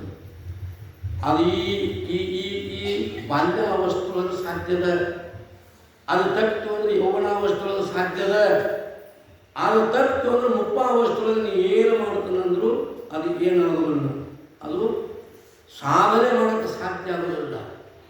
ನೆರೆ ಕೆಂಡೆಗೆ ತೆರೆಗಲ್ಲಕ್ಕೆ ಶರೀರ ಗೂಡು ಹೋಗುವುದ ಮುನ್ನ, ಹಲ್ಲು ಹೋಗಿ ಬೆನ್ನುವಾಗಿ ಅನ್ಯರಿಗೆ ಹಲ್ಲಾಗದ ಮುನ್ನ, ಕಾಲ ಮೇಲೆ ಕೈಯನ್ನು ಇಪ್ಪೋರು ಹಿರಿಯದ ಮುನ್ನ, ಮುಪ್ಪಿಂದೊಪ್ಪು ಅಳಿಯದ ಮುನ್ನ, ಮೃತ್ಯು ಮುಕ್ತದ ಮುನ್ನ ಪೂಜಿಸೋ ನಮ್ಮ ಕೂಡಲ ಸಂಗಮನೆ. ಮುಪ್ಪಾವಸ್ಥೆ ಬರೋಕ್ಕಿಂತ ಮೊದಲ ಏನು ಮಾಡಬೇಕು ಅಂತಂದರೆ ನಾವು ಆತ್ಮ ಸಾಕ್ಷಾತ್ಕಾರವನ್ನು ಮಾಡಿಕೊಳ್ಬೇಕು. ಮುಪ್ಪಾವಸ್ಥೆ ಬರೋಕ್ಕಿಂತ ಮೊದಲ, ಮುಪ್ಪಾವಸ್ಥೆ ಬಂತು ಅಂದರೆ ಏನೂ ಮಾಡೋಕ್ಕಾಗೋದಿಲ್ಲ. ಅದಕ್ಕೆ ನಾ ಏನು ಮಾಡಿದೆನು ಅಂತಂದರೆ ನಾವು ಗುರುಸ್ವದಿನ ಕಲ್ತದ್ದು ಅಂತ ಅವರಂದ್ರು ಈಗ್ಯಾಕೆ ಹೋಗಿ ದೊಡ್ಡವರಾದನ್ನು ಮಾಡಕ್ಕೆ ಬರ್ತೈತಿ ಯಾಕಂದ್ರೆ ಅವರು ಯಾರು ಸೋಮ ಭೀಮರು ಆಗ ಹೇಳ್ತಾನೆ, ಅರಚಿ ಯೌವನ ಕಾಲ ಮೊದಗಲ್ ಬಿಡದ ವಿಷಯಗಳಲ್ಲಿ ಮನತ ಒಡನೆ ಕರಿಗೊಂಡಿರಲು ಮೋಕ್ಷಾಪೇಕ್ಷೆಯಾಗದದು. ಒಡನೆ 35 ಪೂರ್ವದ ಕಡು ವಿಷಯಗಳನ್ನುಂಡ ಸ್ಮರಣೆಯ ಅಡಿಸಿ ಬರದ ವಿಚಾರ ಮನದಂ ಗತಿಯಹುದೇ ಬಳಿಕಂ. ಯೌವನಾವಸ್ಥೆ ಬಂತು ಅಂತಂದ್ರೆ ವಿಷಯಗಳಲ್ಲಿ ಮನುಷ್ಯ ಏನು ಮಾಡ್ತೈತೆ ಅಂದರೆ ಎಳ್ಕೊಂಡು ಹೋಗಿ ಮುಗಿದು ಬಿಡ್ತೈತೆ. ದುರಿತ ಕುಲ ಬಂದು ಎನಿಸುವ ಯೌವನವನು ನಿಜಗಳು ಬರ್ಕೊಂಡು ಎಲ್ಲ ಪಾಪ ಮಾಡುವಂಥ ಪಾಪದ ತೌರ್ಮಣಿ ಯಾವುದು ಅಂದರೆ ಯೌವನ ಅವಸ್ಥೆ ಅಲ್ಲ. ಸಣ್ಣ ವಯಸ್ಸಿನೊಳಗೂ ಪಾಪಗಳಾಗುವುದಿಲ್ಲ, ಮುಪ್ಪಾವಸ್ಥೆಯೊಳಗೂ ಭಾಳ ಪಾಪಗಳು ಹೋಗೋದಿಲ್ಲ, ಮೈಯಾಗ ಶಕ್ತಿ ಇರೋದಿಲ್ಲ ಮಾಡಕ್ಕೆ. ಯೌವನ ಅವಸ್ಥೆ ಅನ್ನುವಂಥದ್ದು ಏನೈತಿ ಅದರ ಸಮಯನ ಏನು ಮಾಡ್ತದೆ ಅಂದರೆ ಭಾಳ ಪಾಪ ಯೌವನಾವಸ್ಥೆ ಒಳಗೂ ಏನಾಗುತ್ತೆ, ವಿಷಯಗಳು ನಮ್ಮನ್ನು ಏನು ಮಾಡ್ತಾವೆ, ಕಟ್ಟಿ ಎಳಿತಾವೆ. ಬೆಳಲಾರದ ವಿಷಯಗಳಿಗೆ ಮನ ಎಡೆಯಾಡುತ್ತಿರುವುದು ಅನವರತ. ತಡೆಯದೇ ನೀ ನನ್ನಲ್ಲಿ ಕಾಣಿಸಿ ಕೆಡಿಸದ ಗಮನಾಶಿಯನ್ನು ಈಶ ಕರುಣಿಸು. ವಿಷಯಗಳನ್ನು ನೋಡಿದ್ರೆ ಏನಾಗಲ್ಲ ಅಂದ್ರೆ ಬಿಡಕ್ಕಾಗೋದಂತೂ, ವಿಷಯಗಳು ನೋಡಿದ್ರೆ ಬಿಡಕ್ಕಾಗೋದು, ಹಂಗೆ ವಿಷಯಗಳು. ಅದಕ್ಕೆ ಯೌವನ ಅವಸ್ಥೆಗಳಾಗೋದಿಲ್ಲ. ಮುಪ್ಪಾವಸ್ಥೆಗಳು ಏನಾಗ್ತೈತಿ ಅಂತಂದ್ರೆ, ಹಿಂದೆ ಹಂಗೆ ಮಾಡಿದ್ನಿ, ನಾನು ಹೇಗೆ ಮಾಡಿದ್ನಿ, ಹೌದು, ನಮ್ಮಟ್ಟು ನೀವೇನು ದುಡ್ತೀರಿ, ನಮ್ಮಟ್ಟು ನೀವೇನು ಮಾಡ್ತೀರಿ. ನಾವೇನು ಮಾಡಿದೀವಿ ಅಂತಂದ್ರೆ ದನ ದುಡ್ದಂಗೆ ದುಡ್ತೀವಿ. ಇವು ಕೊನೆಗೆ ಏನಾದ, ಇಷ್ಟು ದುಡಿದು ಕೊನೆಗೆ ಏನಾದ್ರು ದನ ಆದ್ರ ನಾವು ಅಜೆ ಬಜೆ ಹೋಗ್ಬೇಕಾದ್ರೆ ಕತ್ತಿ ಹೊತ್ತಂದು ಹೊತ್ತು ಹೋಮರ ಅಂತಾನ ಹೊತ್ತವೇನದ ಕತ್ತಿನ ಹೊತ್ತಾಗಿ ತತ್ವ ತಿಳಿಲಿಲ್ಲ. ಕತ್ತೆಯಂತೆ ಇಹಕ್ಕೆ ಪರಕ್ಕೆ ಸುತ್ತಿ ಸುಳಿಪದ ಪ್ರವೇದನ ನಮ್ಮ ಬೇಡವು ಸರ್ಪ ಬರ್ಕೊಂಬ. ಅಲ್ಲಿ ನಾವು ವಿಷಯ ವಿಸ್ತಾರ ಮಾಡೋದಿಲ್ಲ. ಏನಂತಾರೋ ಅಂತಂದರೆ, ಮುಪ್ಪಾವಸ್ಥೆ ಬಂತು ಅಂತಂದ್ರೆ ಚಿಂತೆ ಒಂದು ಏನಾಗ್ತದೆ ಅಂದ್ರೆ, ಕುಂತಲ್ಲಿ ನಿಂತಲ್ಲಿ ಏನು ಮಾಡ್ತಾರೋ ಅಂತಂದ್ರೆ ಚಿಂತನೆ ಮಾಡ್ತಾರೆ. ಊರಾಗ ದೊಡ್ಡ ಮದುವೆ ಇಟ್ಟಿದ್ರು, ಭಾಳ ದೊಡ್ಡ ಮದುವೆ ಇಟ್ಟಿದ್ರು. ಮುದುಕಿ ಸತ್ತು ಹೋಗಿತ್ತು. 4 ಮಂದಿ ಗಂಡು ಮಕ್ಕಳಿದ್ದು. 4 ಮಂದಿ ಗಂಡು ಮಕ್ಕಳ ಮದುವೆ ಏಕಕಾಲಕ್ಕೆ ನಿರ್ಮಾಣ ಮಾಡಿದ್ದರು. 4 ಊರು ನಿಬ್ಬರು ಬಂದಾಗ 10 ಊರು ಮಂದಿ ಬಂದೈತಿ. ಎಲ್ಲರೂ ಕುಂತರು. ಮುದುಕು ಒಂದು ರೇಷ್ಮೆ ಅಂಗಿ ತೊಡಿಸಿ, ಉತ್ತಮ ಒಂದು ಉತ್ತರ ಉಡಿಸಿ, ರೇಷ್ಮೆ ಕಡೆಗೆ ತಂದು ಕುಂಡ್ರಿಸಿ, ಅವಂಗ ಮದುವೆ ಹಂತದ ಭಾಗದಾಗ ಒಂದು ಮಂಚ ಹಾಕಿ ಬಂಧವಾದ ಮಂದಿಗೆ ಬರ್ರಿ ಹೋಗಿ ನಡ್ಕೊಂತ ಕುಂಡ್ರಪ್ಪ ನಮಸ್ಕಾರ ಮಾಡ್ಕೊತ ನೀ ಎದೆಯಾದಿ ಅಂತ ಮಂತ್ರದ ಮೇಲೆ ಕುಂಚಿರು ಸ್ವಾಗತ ಮಾಡ್ಕೊಳಕ. ಮುದುಕ ಕುಂತಪ್ಪ, ಚೌಕ ದಾಸಿ ಮುದುಕಿತ್ತು. ಮಂತ್ರದ ಮೇಲೆ ಕುಂತು ಬರೋರಿಗೆ ಬರ್ರಿ ಹೋಗಿ ನಡ್ಕೊಂತ ಕುಂಡ್ರಂತ ಅವ್ರು ಹೇಳಿದಾರು. ಇವು ಮುದುಕ ಅಳ್ಕೊಂತ ಮಂತ್ರದ ಮೇಲೆ ಕುಂತ, ಅಳ್ಕೊಂತ ಮಂತ್ರದ ಮೇಲೆ ಕುಂತ. ಏನ ಮಕ್ಕಳಿಟ್ಟು ಶ್ರೀಮಂತರು ಅದಾರ, ಇಟ್ಟು ವೈಭವ ಇತ್ಯಾದಿ ಅಳಾಗೇನಾಗೈತಿ ಅಂತ ಅಲ್ಲಾಗ ಒಬ್ಬ ಏನು ಮಾಡಿದ, ಏ ಮುದುಕ ಯಾಕೆ ಅಳ್ತೀವೋ, ಏನಾಗೈತಿ ಮಕ್ಕಳು ನೀರು ಕೊಳ್ತಿ ಯಾಕೆ ಅಂತ ಕೇಳಿದ. 7 ರೂಪಾಯಿ ಸತ್ತು ಮುದುಕಿದ್ರೆ ಮುದುಕಿ ಕಣ್ಣೀರು ನೋಡ್ತಿತ್ತು. ಮುದುಕ ಸತ್ತು ಹೋಗೈತಿ ಅಳಕಾಗತ್ತೆ. ಅವು ಮುದುಕಿ ಹೇಳಬೇಕೈತಿ. ಮುಪ್ಪಾವಸ್ಥೆ ಏನು ಮಾಡ್ತೈತೆ ಅಂದ್ರೆ, ಮುದುಕಿ ಸತ್ತ ಮುದುಕನ ಚಿಂತೆ, ಮುದುಕಿ ಸತ್ತು ಹೋಗ್ತಂದ್ರೆ ಮುದುಕಕ್ಕೆ ಚಿಂತೆ ಮಾಡೋದು, ಮುದುಕ ಸತ್ತು ಅಂದ್ರೆ ಈಕೆ ಮುದುಕನ ಚಿಂತೆ ಮಾಡೋದು. ಚಿಂತೆ ಕಾಂತೆಯ ಮನೆ ಸಂತ ಸರದಿಯ ಮನೆ ಎಂತಿದ್ದರೇನಿರು ಅದು ಮನೆ. ಸರ್ಪುರುಷನ ಮಾತು ಬರ್ಕೊಂಡ್ಬಂದರು. ಒಂದೆಲ್ಲ ಒಂದು ಚಿಂತೆ, ಅನುಗಾಲವು ಚಿಂತೆ ಈ ಜೀವಕ್ಕೆ. ಮನವು ಶ್ರೀರಂಗನವರು ಬೆರೆಯುವ ತನಕ ಅನುಗಾಲವ ಚಿಂತೆ. ಇಂಥ ಚಿಂತೆ ಮುಪ್ಪಾವಸ್ಥೆಗಳು ಏನಾಗ್ತೈತೆ ಅಂದ್ರೆ ಕಾಡ್ತಪ್ಪ, ಆವಾಗೂ ಆಗೋದಿಲ್ಲ. ಅದಕ್ಕೇನದ ಅಂತಂದ್ರೆ, ಈಗ ಏನು ಮಾಡಬೇಕಾಗೈತಿ ಅಂತಂದರೆ, ಈಗ ನಾವೇನು ಮಾಡಬೇಕಾಗೈತಿ, ಗುಡಿಸೋದ್ರೆ ಹೋಗಬೇಕಾಗೈತಿ ಅಂತ ಇಷ್ಟೆಲ್ಲ ಹೇಳಿದಾಗ, ಈ ಬೆಂಕಿ ಸಮೀಪ ಹಾಕ್ಬಿಟ್ಟಿಗೆ ಹೆಂಗೆ ಜಳ ಬೆಳೀತೆ ಅದು, ಬೆಂಕಿ ಸಮೀಪ ಹಾಕ್ಬಿಟ್ಟಿಗೆ ಹೆಂಗೆ ಜಳ ಬೆಳೀತೈತೆ ಅವ್ರಿಗೆ ಕಂಡು ಬಿಡ್ತೈತೆ. ಹಂಗೆ ಸಿದ್ಧನ ಸಮೀಪ ಅವರು ಅವ್ರ ಮಾತು ಕೇಳಿದ್ರು, ಆ ಮಾತಿನ ಪ್ರಭಾವ ಇವ್ರನ್ನ ಅವ್ರು ಬೀರ್ತಪ್ಪ. ಏ ಹೌದಾ, ನಿನ್ನ ಮಾತು ಕರೆಯೈತೆ ಅಂದರು. ನಿನ್ನ ಮಾತು ಕರೆಯೈತಂದ್ರು, ನಡಿ ನಾವು ಹೊರತು ಹೋಗೋಣ, ನಾವು ಹೊರತು ಹೋಗೋಣ ನೋಡ್ರಿ ಅಂತ ತಿಳ್ಕೊಂಡು ಏನು ಮಾಡುವ ಅಂತಂದರೆ, ಅವರು ತಯಾರಾಗಿ ಸಿದ್ಧನಾಡಿದ ಮೋತಕ್ಕೆ ರುತ್ತಿದ್ದು ಸೋಮನು ಭೀಮನೆಂಬರು. ಸಿದ್ಧರಾದೆವು ಪರಮ ಗುರು ಸೋದನೆಗೆ ನಡೆಯನಲು. ಸಿದ್ಧನವರಂಗೂಡಿತ ಮುಂದಿದ್ದ ಗ್ರಾಮವುಗಾವುದಳತೆಗೆ ಹೊದ್ದಿರಲು ಮಧ್ಯಾಹ್ನ ಕಲ್ಲಿಗೆ ಬಂದು ಮುಟ್ಟಿದರು. ಬಹಳ ಸುಂದರವಾಗಿ ಕಥೆಯನ್ನು ಕವಿಗಳು ಮುಂದುವರಿಸ್ತಾರೆ. ನಾವು ಹೊರತು ನಡೀತ ಈ ನಾಶಾಗಿ ಹೋಗ್ತಕ್ಕಂಥ ಈ ಸಂಸಾರ ತಗೊಂಡು ಏನು ಮಾಡೋದು. ನಮಗೂ ವೈರಾಗ್ಯ ಬರ್ತಾವೆ. ಎಲ್ಲ ಪ್ರಸೂತಿ ವೈರಾಗ್ಯ ಅಂತ ನನ್ನ ಮಕ್ಕಳಿಗೆ ಬರ್ತೈತೆ, ಒಂದು ಪುರಾಣ ವೈರಾಗ್ಯ ಅಂತ ನಮಗೆ ಬರ್ತೈತೆ, ಇನ್ನೊಂದು ಸ್ಮಶಾನ ವೈರಾಗ್ಯ ಅಂತ ಮನುಗಳ ಭಾಗ ಬರ್ತೈತೆ. ಸರ್ಪುರುಷನ ಬರೀತಾರೆ. ಹೌದು, ಏನು ಬರೀತಾರೋ ಅಂತಂದರೆ, ಪ್ರಸವ ವೇದನೆಯ ಕಂಡು ಏನು ಮಾಡ್ತಾರೋ ಅಂತಂದರೆ, ಎಂದೂ ನಾ ಏನು ಮಾಡೋದಿಲ್ಲ ಅಂತಂದ್ರೆ ಪತಿ ಮುಖ ನೋಡೋದಿಲ್ಲ ಅಂತಾರಂತ ಮಕ್ಕಳು ಹಡಿಯೋ ಕಾಲಕ್ಕೆ ಆ ಬ್ಯಾನಿ, ಆ ದುಃಖ, ಆ ವೇದನೆ, ಆ ತೊಂದರೆ ನೋಡಿ ಏನು ಮಾಡ್ತಾರೋ ಅಂತಂದರೆ ಪ್ರಸವ ಕಾಲದೆ ದುಃಖಿಸುವ ವೇದನೆಯನ್ನು ಕಂಡು ಏನು ಮಾಡ್ತಾರೋ ಅಂತಂದರೆ ಇನ್ನೆಂದೆಂದೂ ಗಂಡನ ಮುಖ ನೋಡೋದಿಲ್ಲ ಅಂತಾರಂತ. ಗಂಡ ಮಗ ಹುಟ್ಟಿದ್ದನ್ನು ಸುದ್ದಿ ಕೇಳಿ ಆ ಹುಡುಗನ ಪರಾತ್ಮಕ್ಕೆ ಹಾಕಿ ಆ ಹುಡುಗನ ಟಳ ಕಚ್ಚಿ ಸ್ವಚ್ಛ ಮಾಡಿ ತನ್ನ ಮಗನ ಮುಂದೆ ಮಲಗಿಸಲು ಇಂಥವು 10 ಹುಟ್ಟಿದ್ರೆ ಬ್ಯಾಡ ಅಂತೀನಿ ಅಂತ ಇಂಥವು 10 ಹುಟ್ಟಿದ್ರೆ ಬ್ಯಾಡ ಅಂತೀನು ಹೋದ ದುಃಖ. ಹೌದು, ನಳಕೃಷ್ಣಾದ್ಯರ ಕಥೆ ಕೇಳುವ ಸಮಯಗಳು ಇಳೆಯ ಭೋಗಗಳನ್ನೆಲ್ಲ ತೃಣಗೊಳಿಸಿ ಬಳಿಗೀಚೆಗೈ ತಂದು ಏನಾಯ್ತು ಅಂತಂದರೆ ಆ ಮನೆಯ ವೈಭವಕ್ಕಾಗಿ ಶೃಂಗಾರ ಪಡ್ತಕ್ಕಂಥ ಸಮಯ ನೋಡಿ ಏನಾದರೂ ಅಂತಂದ್ರೆ ಪ್ರಾಣವಾಗಿ ಹೋಗ್ತಾರೆ. ಪುರಾಣ ಕೆಲವು ಕಾಲಕ್ಕೆ ಏನಾಗ್ಕೊಡೋಪ್ಪ ಇಂತಿಂಥವ್ರು ಆದರು ಯಾರ್ಯಾರು ನಳವಾದರ ಮುಹಾದ ಕೃಷ್ಣವಾದ ಅವರು ಆದ್ರೆ ಇವರು ಆದ್ರೆ ನಾವು ಅದನ್ನು ಬಿಟ್ಟು ಹೋಗೋದಂತಾಳಂತಿಲ್ಲಿ. ಹೌದಾ ಅನಿಸ್ತದೆ ಹೇಳುವಾಗ ಮುಂದೆ ಹೋಗಿ ಭುವನ ಕೈಗಿದ ಕೂಡಿ ಸತಿಪುತ್ರರ ಏನು ಮಾಡ್ತಾನು ಅಂತಂದರೆ ಆ ದೇಹವನ್ನು ಮತ್ತು ಅದಕ್ಕೆ ದೇಹಕ್ಕೆ ಬೇಕಾದ ವಸ್ತುಗಳನ್ನು ಏನು ಮಾಡ್ತಾನು ಅಂತಂದ್ರೆ ಶೃಂಗಾರ ಮಾಡ್ಕೊತಾನಂತೆ. ಈ ವೈರಾಗ್ಯ ಇದು ಏನು ಅದು ನಿಜವಾದ ವೈರಾಗ್ಯ ಅಲ್ಲ. ಅದು ಅವ್ರ ಪುತ್ರ ವೈರಾಗ್ಯ ಬಂತು. ಅವರಿಗೂ ಸಿದ್ಧನ ಮಾತು ಕೇಳಿ ನಡಿ ನಾವು ಬರ್ತು ಅಂತ ಹೊಂಟರು. ನಡ್ಕೊಂತ ಬಂದರು. ಮಧ್ಯಾಹ್ನ ಆಯಿತು. ಮುಂಜಾನೆ ನಾಷ್ಟ ಮಾಡಿಲ್ಲ ಅವರು. ಸಿದ್ಧ ಹೋಗ್ತಾನಂತ ನಾವು ಬಿಟ್ಟಾಗ್ಬಿಟ್ರು. ಹಾಗೆ ನಿಂತಾರೆ ಪಾಪ ಸುಮ್ಮ ಅಭಿಮ ಇಬ್ಬರು. ಮಧ್ಯಾಹ್ನ ಊಟದ ಸಮಯ ಮೀರಿತು. ಆ ಒಂದು ಮೂರಕ್ಕೆ ಬಂದು ಮುಟ್ಟಿದ್ರು. ಬಳಿಕ ಮೀರುವರು ಹಸಿವಿನ ಕಳವಳಿಸಿ ಸಿದ್ಧನ ನಮ್ಮ ನೀಪುರದೊಳಗೆ ಊಟಕ್ಕಾರು ಕರೆಯುವುದೆಂದು ಕೇಳಲ್ಕೆ. ಗೆಳೆಯರೇ ಗುರು ಶೋಧಕರು ನೀವು ಕೊಳೆಯುವಣ್ಣವ ಶೋಧ ಮಾಡಪರು. ತಿಳಿಯ ನಿಜ ಮೋಕ್ಷಾರ್ಥಿಗಳಿಗಿದು ಯೋಗ್ಯವೇ ಮತ್ತೆ.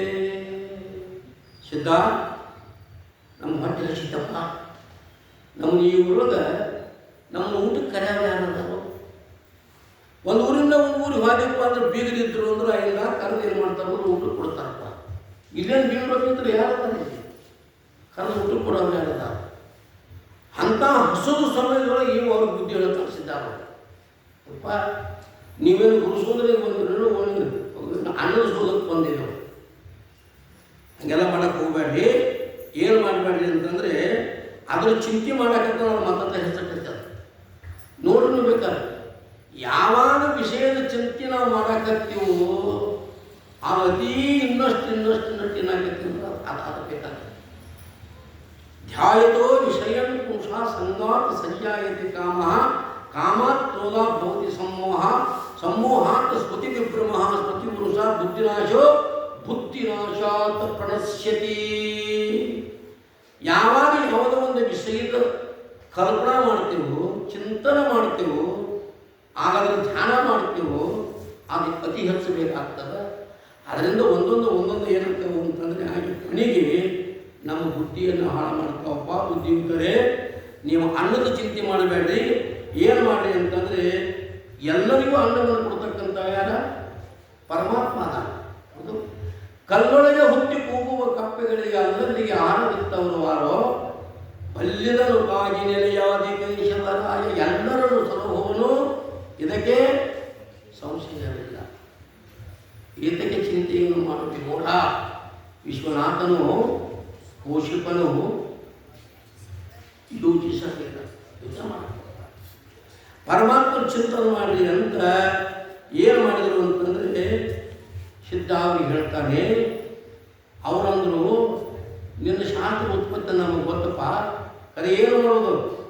ಈ ಪ್ರಾಣ ಬದುಕಬೇಕಾಗಿತ್ತು ಅನ್ನೋದಕ್ಕೆ ಏನು ಬೇಕು? ಅನ್ನವೇ ಬೇಕು.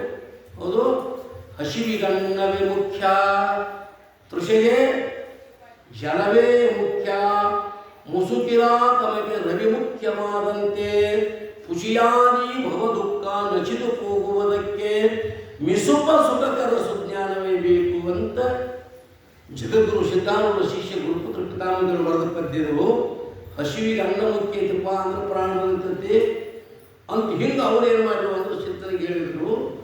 ಇಷ್ಟೆಲ್ಲ ಗೊತ್ತತಿ ಅಂದಾಗ ನಮ್ಮ ಹೃದಯದಲ್ಲಿ ಏನೈತಿ ಅಂತಂದರೆ ಒಂದು ಅಷ್ಟದಳದ ಕಮಲ ಐತಪ್ಪ. ಆ ಅಷ್ಟದಳದ ಕಮಲ ಹಸುವಿನ ದಳದ ಮೇಲೆ ಬಂತು ಅಂತಂದರೆ ಬಾಧೆ ಚಾಲುವಾಗ್ತದೆ. ಹಸಿವು ತೃಷೆಗಳ ಬಾಧೆ, ವ್ಯಸನ ವೇಳದ ಬಾಧೆ, ದಶಗಿರಿಸುವ ಕುಲದ ಬಾಧೆ, ಕುಸುಮಬಾಣದ ಬಾಧೆ, ಮರಶೋಕ ಮೋಹ ರತಿ ವಿಸರ ದುರ್ಬಾಧೆ ಘನವೆನಗೆ ಶಂಕರ ನೋಡು ನೀನೆನ್ನ ಪರಿಭವದ ಬಾಧೆಯನ್ನು ಕೃಪೆ ಮಾಡು ಬೇಗದೋಳು ಅಭಯವಿತ್ತು ಶಂಕರ ಅಂತ ನಿಜಗಳು ಪ್ರಾರ್ಥನೆಯನ್ನು ಮಾಡ್ಕೊಂಡಂಗೆ ನಮಗೇನಾಗಿತ್ತು ಅಂತಂದರೆ ಹಿಂಗೆ ಆಗಿತ್ತು ಅಂದಾಗ ಅವ್ರು ಹೇಳಿದರು ಒಂದೀಟ್ ಏನು ಮಾಡು ಅಂದ್ರೆ ಈಗ ಗಾಡಿ ಡ್ರೈವರ ಏರು ಬಂತು ಅಂದ್ರೆ ನಾಲ್ಕನೇ ಗೇರ್ ತೆಗೆದು 3ಕ್ಕೆ ಹಾಕೋಣ, 3 ತೆಗೆದು 2ಕ್ಕೆ ಹಾಕೋಣ, 2 ತೆಗೆದು 1ಕ್ಕೆ ಹಾಕೋಣ. 1ಕ್ಕೆ ಹಾಕಿದ ಅಂದ್ರೆ ಅಂಥ ಏರಿದ್ರು ಕೂಡ ತೊಗೊಂಡು ಗಾಡಿ ಏನು ಮಾಡ್ತಿದ್ರೆ ಆ ಏರು ಏರ್ತೈತೆ. ಹಂಗೆ ಈ ನಮ್ಮ ಗಾಡಿಗೂ ಗೇರ್ಗಳು ಇದಕ್ಕೂ ಗೇರ್ ನಾವು ನೀ ಏನು ಮಾಡೋದು ಅಂದ್ರೆ ಗೇರ್ ಬದಲು ಮಾಡು. ಹಸಿವಿನ ದಳನಾಗ ಇದ್ದದನ್ನು ತೆಗೆದು ಏನು ಮಾಡೋದು ಸಂತೋಷದಳ ಬಂದೈತಿ ಎಲ್ಲರಿಗೂ ತೆಗೆದು ಅದ್ರ ಮ್ಯಾಗಿಡು. ಅದ್ರ ಮ್ಯಾಗ ಇಟ್ಟಿ ಅಂತಂದ್ರೆ ಅದ್ರ ನೆನ ಹೋಗ್ತೈತಿ, ಅದ್ರ ಬಾಧೆನ ಹೋಗ್ತೈತಿ. ದೊಡ್ಡ ಶಾಸ್ತ್ರ ಐತಿ ಅಲ್ಲಿ ಅಕ್ಕ ವಿಸ್ತಾರ ಮಾಡ್ಕೊಂಡು ಅನ್ಕೊಳ್ಳಿಲ್ಲ. ಈಗ ಯೋಗಿಗಳು ಯಮನೇವ ಪ್ರಾಣಾಯಾಮ ಪ್ರತ್ಯಾಹಾರ ಧ್ಯಾನ ಧಾರಣ ಸಮಾಧಿ ಅಂತಕ್ಕಂಥ ಅಷ್ಟಾಂಗ ಯೋಗಗಳನ್ನು ಸಾಧಿಸಿ ತಮ್ಮ ಮನೋವೃತ್ತಿಯನ್ನು ಏನು ಮಾಡ್ತಾರೆ ಅಂತಂದರೆ ಅವರು ಆ ಯೋಗದಿಂದ ಏನು ಮಾಡ್ತಾರೆ ಓದು ಒಂದು ಜಾಗದಾಗಿರ್ತಾರೆ. ಅದನ್ನು ಕುಂಡಲಿ ಭೇದಿಸಿ ನಮ್ಮೊಳಗೆ ನಿಮ್ಮೊಳಗೊಂದು ಕುಂಡಲಿ ಶಕ್ತಿ ಅಂತದೆ ಎಲ್ಲರೊಳಗೆ ಇಟ್ಟದನ್ನು ಭಗವಂತದನ್ನು ಏನೋ ಮನುಷ್ಯದಾಗ ಹೊತ್ತು ಬಂದಿವಲ್ಲ ಅವ್ರು ಹೆಣ್ಮಕ್ಳಿರಲಿ ಗಂಡು ಮಕ್ಕಳಿರಲಿ ಎಲ್ಲರೊಳಗೊಂದು ಕುಂಡಲಿ ಶಕ್ತಿ ಅಂತದ. ಆ ಕುಂಡಲಿಯನ್ನು ಭೇದಿಸಿ ಮಂಡೆಯೋಳು ಅಮೃತಗಳು ಉಂಡುಂಡು ಸಾವಿರ ವರ್ಷ ಬದುಕಿದವರಿಗೆ ಸದ್ಯ ನಮ್ಮ ಈ ಪುಣ್ಯ ಭೂಮಿ ಭಾರತ ದೇಶದೊಳಗೆ ಅದಾರ ಸತ್ಯ ಅದ. ಅವ್ರಿಗೆ ಹಸು ಇಲ್ಲ, ನೀರಡಿಕೆ ಇಲ್ಲ, ಅವ್ರಿಗೆ ಏನೇನೂ ಇಲ್ಲ, ಹಸು ತೃಷಿ ಯಾವೂ ಇಲ್ಲದೆ ಏನದಾರ ಅಂದ್ರೆ ಈ ಮಸ್ತಕದೊಳಗೆ ಇರತಕ್ಕಂಥ ಮಂಡೆ ಅಂತಾರೆ. ಈ ಮಸ್ತಕದೊಳಗೆ ಒಂದು ಅಮೃತ ಎಲ್ಲರೊಳಗೆ ಭಗವಂತ ಇಟ್ಟದಾರ. ಅದನ್ನು ಆ ಅಮೃತವನ್ನು ನಾವು ರೊಟ್ಟಿ ಹೋದಲ್ಲಿ ಇಟ್ಟಿವು ಅಂತಂದರೆ ಆ ಅಮೃತ ಪಾನ ಮಾಡಕ್ಕಾಗ್ತದೆ. ಆ ಅಮೃತ ಪಾನ ಮಾಡಿದೆವು ಅಂತಂದರೆ ನಮಗೆ ಹೊರಗಿನ ಅನ್ನ ಹೊರಗಿನ ನೀರಿನ ಅವಶ್ಯಕತೆ ಇಲ್ಲ. ಅಂಥ ಶಕ್ತಿ ಭಗವಂತ ಪ್ರತಿಯೊಬ್ಬರನ್ನ ಇಟ್ಟರೆ ನಾವೇನು ಮಾಡ್ತೀವಿ ಅಂದ್ರೆ ಅದನ್ನು ಮರೆತು ನಾವೇನು ಮಾಡ್ತೀವಿ ಅಂದ್ರೆ ಹೊರಗಿನ ಏನು ಮಾಡ್ತೀವಿ ಅಂದ್ರೆ ನಮ್ಮ ಮನಸ್ಸು ತಾಯಿ ಮಗ ಇಬ್ಬರು ಕೂಡಿ ಗೋಕರ್ಣಕ್ಕೆ ಹೋದ. ಗೋಕರ್ಣಲ್ಲ ಉಳಿಯು ಹೋದ ತಾಯಿ ಮಗ. ಅದು ಉಳಿಯುವೊಳಗೆ ಏನಂತೆ ಅಂತಂದರೆ ಚನ್ನಬಸವಣ್ಣವರಿಗೆ ಎಡಿ ಮಾಡಿ ನೈವೇದ್ಯ ಹಿಡಿದು ಒಂದಿಷ್ಟು ಇಗಳು ಉಣಿಸಿ ಮಾತ್ಕೊಂಡು ಉಣಿಸಿ ಬರಬೇಕು ಅನ್ನೋ ರೂಢಿ ಐತೆ. ಹಾಂ ಹೋಗಿ ಅವ್ವ ಅಡುಗೆ ಮಾಡಾಕತ್ತೀನಿ, ನಾ ಅಡುಗೆ ಮಾಡ್ತೀನಪ್ಪ, ಎಲ್ಲಿ ಮಾಡ್ಕೊಳ್ಳೋದವರು ಸ್ವಾಮಿಗಳದಾರ ಅವ್ರನ್ನ ಕರ್ಕೊಂಡು ಬಾಯಪ್ಪ, ಎಷ್ಟು ಮಂದಿ ಸಿಗತೈತೆ ಅವ್ರನ್ನ ಕರ್ಕೊಂಡು ಬಾ, ಅಡ್ಕಾಯಿ ಅಡುಗೆ ಮಾಡ್ತೀನಿ. ಬಸವನಿಗೆ ಎಡಿ ಹಿಡಿದ ಆ ಮಾತನ್ನು ಅಷ್ಟು ಉಣಿಸಿ ಹೋಗೋಣಪ್ಪ ಹೋಗಂತ ಮಗನ ಕಳಿಸಿರು. ಅವನು ಸ್ವಲ್ಪ ಸಾಧಾರಣ ಒಂದು 20 ವರ್ಷದ ಹುಡುಗ, 20 ವರ್ಷದ ಮಗ ಆದ್ವ ಅಂತೇಳಿ ಅವನು ಹುಡ್ಕೊಂತ ಭಾರತದಲ್ಲಿ ಉಳಿವ್ಯಾದ. ನಮಗೆ ಆಮಂತ್ರಣ ಕೊಡೋದಪ್ಪ, ನಾವು ಕೊಡೋದು, ನಮಗೂ ಆಮಂತ್ರಣ ಕೊಡ್ತಾರೆ, ನಾವು ಕೊಡೋದು, ನಾವು ಅಲ್ಲಿ ಹೋಗ್ಕು, ನಾವು ಇಲ್ಲಿ ಹೋಗ್ಕು ಅಂತ ಅವನ ಪುಣ್ಯಕ್ಕೆ ಒಬ್ಬರು ಸಿಗಲಿಲ್ಲ. ಹುಡುಗನ ಪುಣ್ಯಕ್ಕೆ ಒಬ್ಬರು ಸಿಗಲಿಲ್ಲ. ಮತ್ತು ಇನ್ನೇನು ಮಾಡಬೇಕು, ಅವ್ರ ಕರ್ಕೊಂಬ ಅಂದಳು, ಹೆಂಗೆ ಮಾಡಬೇಕು ಅಂತ ಅಲ್ಲಿ ಕುಂದಿರ್ತಕ್ಕಂಥ ಒಬ್ಬ ಸಾಧು ಕೇಳಿದೆ, ಏನು ಮಾಡ್ರಿ ನಮಗೆ ಯಾರು ಸಿಗೋರ ಪ್ರಸಾದಕ್ಕೆ ಅದು ಏನು ಹೇಳ್ರಿ ಅಂದಾಗ ಒಳಗೆ ಹೋಗಿ ಅರಗಿದಾಗ ಗವಿ ಅದಾವಲ್ಲಿ, ಗವಿ ಒಳಗೆ ಮಾತು ಕುಂತಿರ್ತಾರೆ.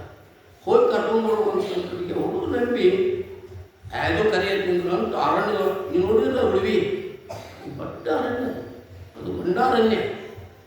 ಆಗ ಗವಿ ಇತ್ತು. ಆ ಗವಿ ಒಳಗೆ ಒಂದು ಈಶ್ವರಲಿಂಗ ಎದುರಿಗೆ. ಆ ಈಶ್ವರಲಿಂಗದವರಿಗೆ ಒಬ್ಬ ಜಟಾಜೂಟದಾರಿ ಆಗಲ್ಪಟ್ಟಂಥ ಒಬ್ಬ ಸಾಧು, ಒಬ್ಬ ಸನ್ಯಾಸಿ ಅವನು ಕುಂತಾನು. ಅವ ಏನು ಮಾಡಿದಾನು ಅಂತಂದರೆ ಮರೆದು ಬಾಹ್ಯವನ್ನು ತನ್ನ ಶಿರದ ಅಖಂಡ ತೇಜದೊಡನೆ ಬೆರೆಯಬಾರದೆ, ತಿಳಿದು ಬೆರೆಯಬಾರದೆ ಅಂದಾಗ ಅದೇನು ಮಾಡಿದಾನಂದ್ರು, ದೃಷ್ಟಿ ವಾಯು ಮನ ಅನ್ನುವಂಥದ್ದು ನಿಲ್ಲಿಸಿ ಏಕ ದೃಷ್ಟಿಯಿಂದ ಈಶ್ವರಲಿಂಗವನ್ನು ನೋಡ್ಕೋಂತ ಕುಂತಾನೋ. ಆ ಈಶ್ವರಲಿಂಗದ ಪ್ರಕಾಶ ಏನಾಗೈತೆ ಅಂದ್ರೆ ಬಂದು ಇವನ ಕಣ್ಣಿಗೆ, ಇವನ ಕಣ್ಣಿನ ಪ್ರಕಾಶ ಈಶ್ವರಲಿಂಗದ ಏನು ತೆಗೆದಾವ ಪ್ರಕಾಶಕ್ಕೆ. ಇನ್ನು ಫೋಕಸ್ ಲೈಟ್ ಬಿಡ್ತದ, ಫೋಕಸ್ ಲೈಟ್ ಬಿಟ್ಟಾಗ ಆ ಪ್ರಕಾಶ ಬಂದು ಇವನ ಕಣ್ಣಿಗೆ ಏನು ಗೊತ್ತಾಗೈತಿ. ಅದನ್ನು ಹುಡ್ಕೊಂತ ಅವ ಕುಂತಾನೋ, ಅವನು ಪ್ರಜ್ಞೆ ಇಲ್ಲ. ಇವು ಹುಡುಗಲ್ಲಿ ಬಂದು ಇನ್ನೂ ಪೂರ್ತಿ ಇನ್ನು ಸಮೀಪ ಹೋಗಬೇಕು ಅನ್ಬಿಡ್ದು ಏನಾಯ್ತು ಅಂದ್ರೆ ಒಂದು ಪ್ರಕಾಶ ಈ ಹುಡುಗ ಬಿಡಿತು. ಆ ಲಿಂಗದಿಂದ ಹೊರಹೊಮ್ಮಿರ್ತಕ್ಕಂಥ ಒಂದು ಪ್ರಕಾಶ ಒಂದು ಇವನು ಕಣ್ಣಿಗೆ ಬಡಿತು. ಕಣ್ಣಿಗೆ ಏನು ಬಡಿತು, ಇವು ಅಲ್ಲೇ ನಿಂತ ಅವಂತ ಪ್ರಕಾಶ ಒಂದು ಕಿರಣ ಬಡ್ದೈತೆ. ಅವ ಒಂದು ಕಿರಣ ಬಡಿತು, ಅಲ್ಲೇ ನಿಂತ ಬಿಟ್ಟ. ಇವನು ಪ್ರಜ್ಞೆ ಹೋದ ಹೊರಗಿಲ್ಲ. ನಾ ಯಾತಕ್ಕೆ ಬಂದು ಅನ್ನೋದು ಬರುತ್ತ ಆ ಪ್ರಕಾಶದಲ್ಲಿ ಬೆರತ, ಅದರೊಳಗೆ ನಿಂತ. ಅವು ಈಗ ಬರ್ತಾನೆ ಆಗ ಬರ್ತಾನೆ ಅಂತ ಹುಡುಕಿ ಅಲ್ಲಿ ಹುಡುಕಿ ಇಲ್ಲಿ ಹುಡುಕಿ ಎಲ್ಲ ಕಡೆ ನೋಡಿ, ನನ್ನ ಮಗ ಅರಣ್ಯಕ್ಕೆ ಹೋಗಿದ್ದಂತೇನು ಹುಲಿ ಬ್ಯಾಗ್ಸಕ್ಕೋ ಶಿವನ ಬ್ಯಾಗ್ಸಕ್ಕೋ ಯಾಮಲ್ಲ ಅಂತೇಳಿ ಪಾಪ ಮುದುಕಿ ಕಣ್ಣೀರು ಹಾಕಂತ ಬಸವನಿಗೆ ಎಡಿ ಕೊಟ್ಟು ಇದ್ದವನ ಏನ ಉಣಿಸಿ ಕಾಸು ಊರಿಗೆ ಬಂತಪ್ಪ. ನಾವು ಬಸವನ ಹೋಗಿ ಮಗನ ಕಳ್ಕೊಳ್ಳಿ ಅಂತ ಮುದುಕಿ ದುಃಖದಾಗ ಪಾಪ ತಾಯಿ ನೋಡಿ. ಮುಂದೆ ಮತ್ತೆ ಮೊರನೇ ವರ್ಷ ಹೋಗಬೇಕಲ್ಲ ನಿಯಮ. ಮೊರನೇ ವರ್ಷ ಮತ್ತೆ ಇದ್ದವ್ರು ಕರ್ಕೊಂಡು ಮುದುಕಿ ಏನು ಮಾಡ್ತೀವಿ ಅಂದ್ರೆ ಮಾತು ಹೊತ್ತು ಬಸವನಿಗೆ ಹೋಗಿ ಅಡಿಗೆ ಮಾಡ್ತು. ಅಡಿಗೆ ಮಾಡಿ ಹಿಂಬಾಲಿದ್ದವ್ರು ಹೋಗ್ರಪ್ಪ ಯಾರನ್ನ ಕರ್ಕೊಂಡು ಅಂತ ಕಳಿಸಿದ್ಲು. ಬಿಡಾಕೊಡ್ದು ಹಿಡಿದ ಏನದು ಪಿಡಿದ ನೇಮವನು ಬಿಡದ ಅತಿ ಕ್ಷಣವನ್ನು ಬೇಡವೆನ್ನುವ ಭವ ನಿಮ್ಮನು ಭವಬಹುದು ಮಾಡನಗೊಲಿದು ಸುಬನ ಸಂತತಿಯ ನಿಂತು. ಮಗ ಸತ್ತನಂತ ಸರ್ಕಾರ ನೋಡಿ ಬಿಡಲಿಲ್ಲ ಮುದುಕೆ. ಹೌದು, ಸಾಯ್ತಾರಪ್ಪ, ಹುಟ್ಟಾರು ನಾವು ಮಾಡ್ಕೊಟ್ಟು ಹೋಗೋದು. ಮುದುಕಿ ನಿಷ್ಠಾವಂತಿತ್ತು. ಮತ್ತೆ ಹೋಗಿ ಅಡುಗೆ ಮಾಡಿತ್ತು. ಅಡುಗೆ ಮಾಡಿ ಎಲ್ಲ ತಯಾರಾಗಿತ್ತು. ಇಷ್ಟು ಹಾಕೋದು ಏನಾಗಿತ್ತು ಅನ್ನೋ ಒಂದು ವರ್ಷ ಆಗಿತ್ತು. ಯಾವುದೋ ಕಾರಣದಿಂದ ಏನಾಯ್ತು ಅಂದ್ರೆ ಆ ಮಹಾತ್ಮ ಕುಂತಿದ್ಲ. ಆ ಮಹಾತ್ಮನ ವೃತ್ತಿ ಅಂತರ್ಮುಖ ಇದ್ದದ್ದು ಬಹಿರ್ಮುಖಕ್ಕೆ ಬಂತು. ಆ ಪ್ರಕಾಶ ಅಡಗಿತ್ತು. ಅವ ಯಾತ್ರಾದ ಈ ಹುಡುಗನ ನೋಡ್ತಾನು. ಈ ಹುಡುಗ ಸಮಾಧಿ ಹೋಗ್ತೈತೆ ಆ ಪ್ರಕಾಶದ ಶಕ್ತಿಗೆ. ಒಂದು ಮಹಾತ್ಮ ಇವನು ಹಿಂಗೆ ಮಾಡಿದ್ರೆ ಅಲಗಾಶ ವಿಷಯ ಅವನು ಈಗ ಎಚ್ಚಕ್ಕೆ ಬಂದ. ಯಾಕೆ ಬಂದಿದ್ದೇವೆ ತಮ್ಮ ಅಂದರು, ಅವನು ಗೊತ್ತಿಲ್ಲ. ಇವಾಗ ನಾವು ಅಡುಗೆ ಮಾಡಿದ್ರೆ ಅದಕ್ಕೆ ಒಬ್ಬ ಮಹಾತ್ಮನ ಕರ್ಕೊಂಬರೋದು ಅಂದ್ರಿ, ಅದಕ್ಕೆ ಕರ್ಕೊಂಬರಕ್ಕೆ ಬಂದನು ಅಂದ. ನಡೆಯೋರು ಹೋಗೋಣ ಇಬ್ಬರು ಬಂದರು. ಒಂದು ವರ್ಷ ಆಗೈತೆ ಇಲ್ಲ, ಒಂದು ವರ್ಷ ಆದರೂ ನನಗೆ ಇಷ್ಟ ದಿವಸ ಆಗೈತೆ ಅನ್ನೋಂಥ ಕಲ್ಪನಾ ಅವನಿಗೂ ಇಲ್ಲ, ಮಾತನಿಗೂ ಇಲ್ಲ. ನೀವು ಹಾಡ್ತೀರಿ ನೋಡಿ, ನೀನು ಒಲಿಯದ ನಿಮಿಷ ಫಲವೃಷ ಆನಂತುಳಿವ ಮನ್ನಿಸುದೇವ ಅಂದಿಲ್ಲ. ನಿಮಗೆ ಪರಮಾತ್ಮ ಎಲ್ಲಿ ತನಕ ಒಲಿದಿಲ್ಲೋ, ಪರಮಾತ್ಮ ಒಲಿಯದೇ ಇರತಕ್ಕಂಥ ಒಂದು ನಿಮಿಷ ನಮಗೊಂದು ವರ್ಷ, ಪರಮಾತ್ಮ ಒಲಿದಿರತಕ್ಕಂಥ ಒಂದು ವರ್ಷ ಅದು ಒಂದು ನಿಮಿಷ. ಅರ್ಥ ಆಕೈತೆ ಹೇಳೋ ಮಾತ. ಅದು ಅಂತರ್ಮುಖ ಅವಸ್ಥೆಯಲ್ಲಿ ನೀವು ಹೊರಗಿದೆಲ್ಲ ಮರೆತು ಮೈ ಮರೆತು ಭಗವಂತನಲ್ಲಿ ಬೆರತಿ ಅಂತಂದರೆ ಅದೇನಾಗ್ತೈತಿ ಅಂತಂದರೆ ಇಷ್ಟ ದಿವಸ ಇಷ್ಟ ಕಾಲ ಅಂತ ಅಲ್ಲಿ ಲೆಕ್ಕಾಚಾರ ಇಲ್ಲ. ಕೊನೆಗೆ ಮತ್ತು ಮಹಾತ್ಮ ಕರ್ಕೊಂಡ್ಬಂದರು. ಮರು ದಿವಸ ಮಗ ಬಂದನು. ತಾಯಿಗೆ ಎಷ್ಟು ಸಂತೋಷ ಆಗಿದೆ, ಸಂತೋಷ ಆಯಿತು. ಊಟ ಮಾಡಿಸಿದರು. ಖರೆ ಅಷ್ಟರೊಳಗೆ ಹುಡುಗಂದು ಏನಾಗಿತ್ತು ಅಂದ್ರೆ ಮೊದಲಿದ್ದು ವೃತ್ತಿ ಇತ್ತಲ್ಲ, ಮೊದಲಿದ್ದು ವೃತ್ತಿಯೆಲ್ಲ ಏನಾಯ್ತು ಅಂದ್ರೆ ಅದು ಹೋಗಿ ಅವನು ವಿಶೇಷವಾದ ಒಂದು ವೃತ್ತಿ ಜಾಗೃತ ಆಯಿತು. ಸಂಘದ ಪ್ರಭಾವ, ಒಬ್ಬ ಮಹಾತ್ಮನ ದರ್ಶನ, ಅದೇನಾಯ್ತು ಅಂತಂದ್ರೆ ದರ್ಶನದಿಂದ ಅವನಿಗೆ ಏನು ಅನುಭೂತಿ ಆಗಬೇಕು ಆ ಅನುಭೂತಿಯಾಗಿ ಆ ವ್ಯಕ್ತಿ ಏನಾಗಿದ್ದ ಅಂದರೆ ಒಬ್ಬ ಶರಣ ಅಂತ ಕಥೆ ಬರ್ತದೆ. ನಾನು ಏನು ಹೇಳಕ್ಕೊಂತೀನಿ ಅಂತಂದರೆ ನಮ್ಮೆಲ್ಲರ ಹೃದಯದೊಳಗೆ ಅಂಥದ್ದೊಂದು ಸಂತೋಷವನ್ನು ಉಂಟು ಮಾಡತಕ್ಕಂಥ ಒಂದು ಶಕ್ತಿಯದ ಒಂದು ಅಮೃತದ. ಹೆಂಗೆ ಆ ಹುಡುಗ ಒಂದು ವರ್ಷ ಆದರೂ ಕೂಡ ಹೊರಗಿನ ಕಲ್ತ್ಕೊಂಬರ್ತ ಆನಂದವಾಗಿ ಊಟಿನ ಉಪಚಾರ ನಿಂತ ನಾವು ಊಟಲು ಯಾಕ ವೃತ್ತಿ ಹೋಗೇನಾತವಲ್ಲ ಆ ಗಾಣಕ್ಕಿಂತವಂದ ಬಾಹ್ಯವನ್ನು ಮರೆತ ಅಲ್ಲೇ ಉಳಿದ ಸಂತೋಷ ಅನ್ನುವಂಥದ್ದಾಯಿತು. ಹಂಗೆ ಭಗವಂತನ ಧ್ಯಾನದ ಒಂದು ದೊಡ್ಡ ಶಕ್ತಿ ಅದ. ಸಾಮಾನ್ಯ ಇಲ್ಲ, ಭಗವಂತನ ಧ್ಯಾನ ಅಂತ ಸಾಮಾನ್ಯ ಇಲ್ಲ. ಹೌದು, ಆ ಭಗವಂತನ ಧ್ಯಾನದ ಒಂದು ದೊಡ್ಡ ಶಕ್ತಿ ಅದ. ಆ ಧ್ಯಾನವನ್ನು ಮಾಡಿರಪ್ಪ ಅಂತ ಸಿದ್ಧ ಬಾಲಕ ಹೇಳಿದ. ಆತಪ್ಪ ನಿನ್ನ ಮಾತುಕರಿ ನಡಿ ಅಂತ, ಇನ್ನು ಮುಂದಿನ ಊರಿಗೆ ಹೋಗೋಣ ನಡಿ ಅಂತ ಏನು ಮಾಡ್ತಾರೋ ಅಂದ್ರೆ ಸೋಮ ಭೀಮರಿಬ್ಬರು ಹೇಳ್ತಾರೋ. ಮುಂದಿನ ದಿವಸ ನಾಳಿನ ದಿವಸ ಯಾವ ಊರಿಗೆ ಹೋದರೂ ಅಲ್ಲಿ ಏನು ನಡೀತು ಅಂತಕ್ಕಂಥ ವಿಷಯವನ್ನು ಮತ್ತು ನಾಳಿನ ದಿವಸ ನಾವು ನೀವೆಲ್ಲರೂ ಶ್ರವಣ ಮಾಡೋಣ ಅಂತ ಹೇಳ್ತಾ ಸೇವಾರೂಪ ಪುಷ್ಪಗಳನ್ನು ಸದ್ಗುರು ದೇವನ ಚರಣಕ್ಕೂ ತಮ್ಮೆಲ್ಲರ ಚರಣಕ್ಕೂ ಅರ್ಪಿಸಿ ಮಂಗಳಂ. ಓಂ ಸಹನಾವತು ಸಹನೋ ಭುನಕ್ತು ಸಹ ವೀರ್ಯಂ ಕರವಾವಹೈ ತೇಜಸ್ವಿನಾವಧೀತಮಸ್ತು ಮಾ ವಿದ್ವಿಷಾವಹೈ. ಓಂ ಶಾಂತಿ ಶಾಂತಿ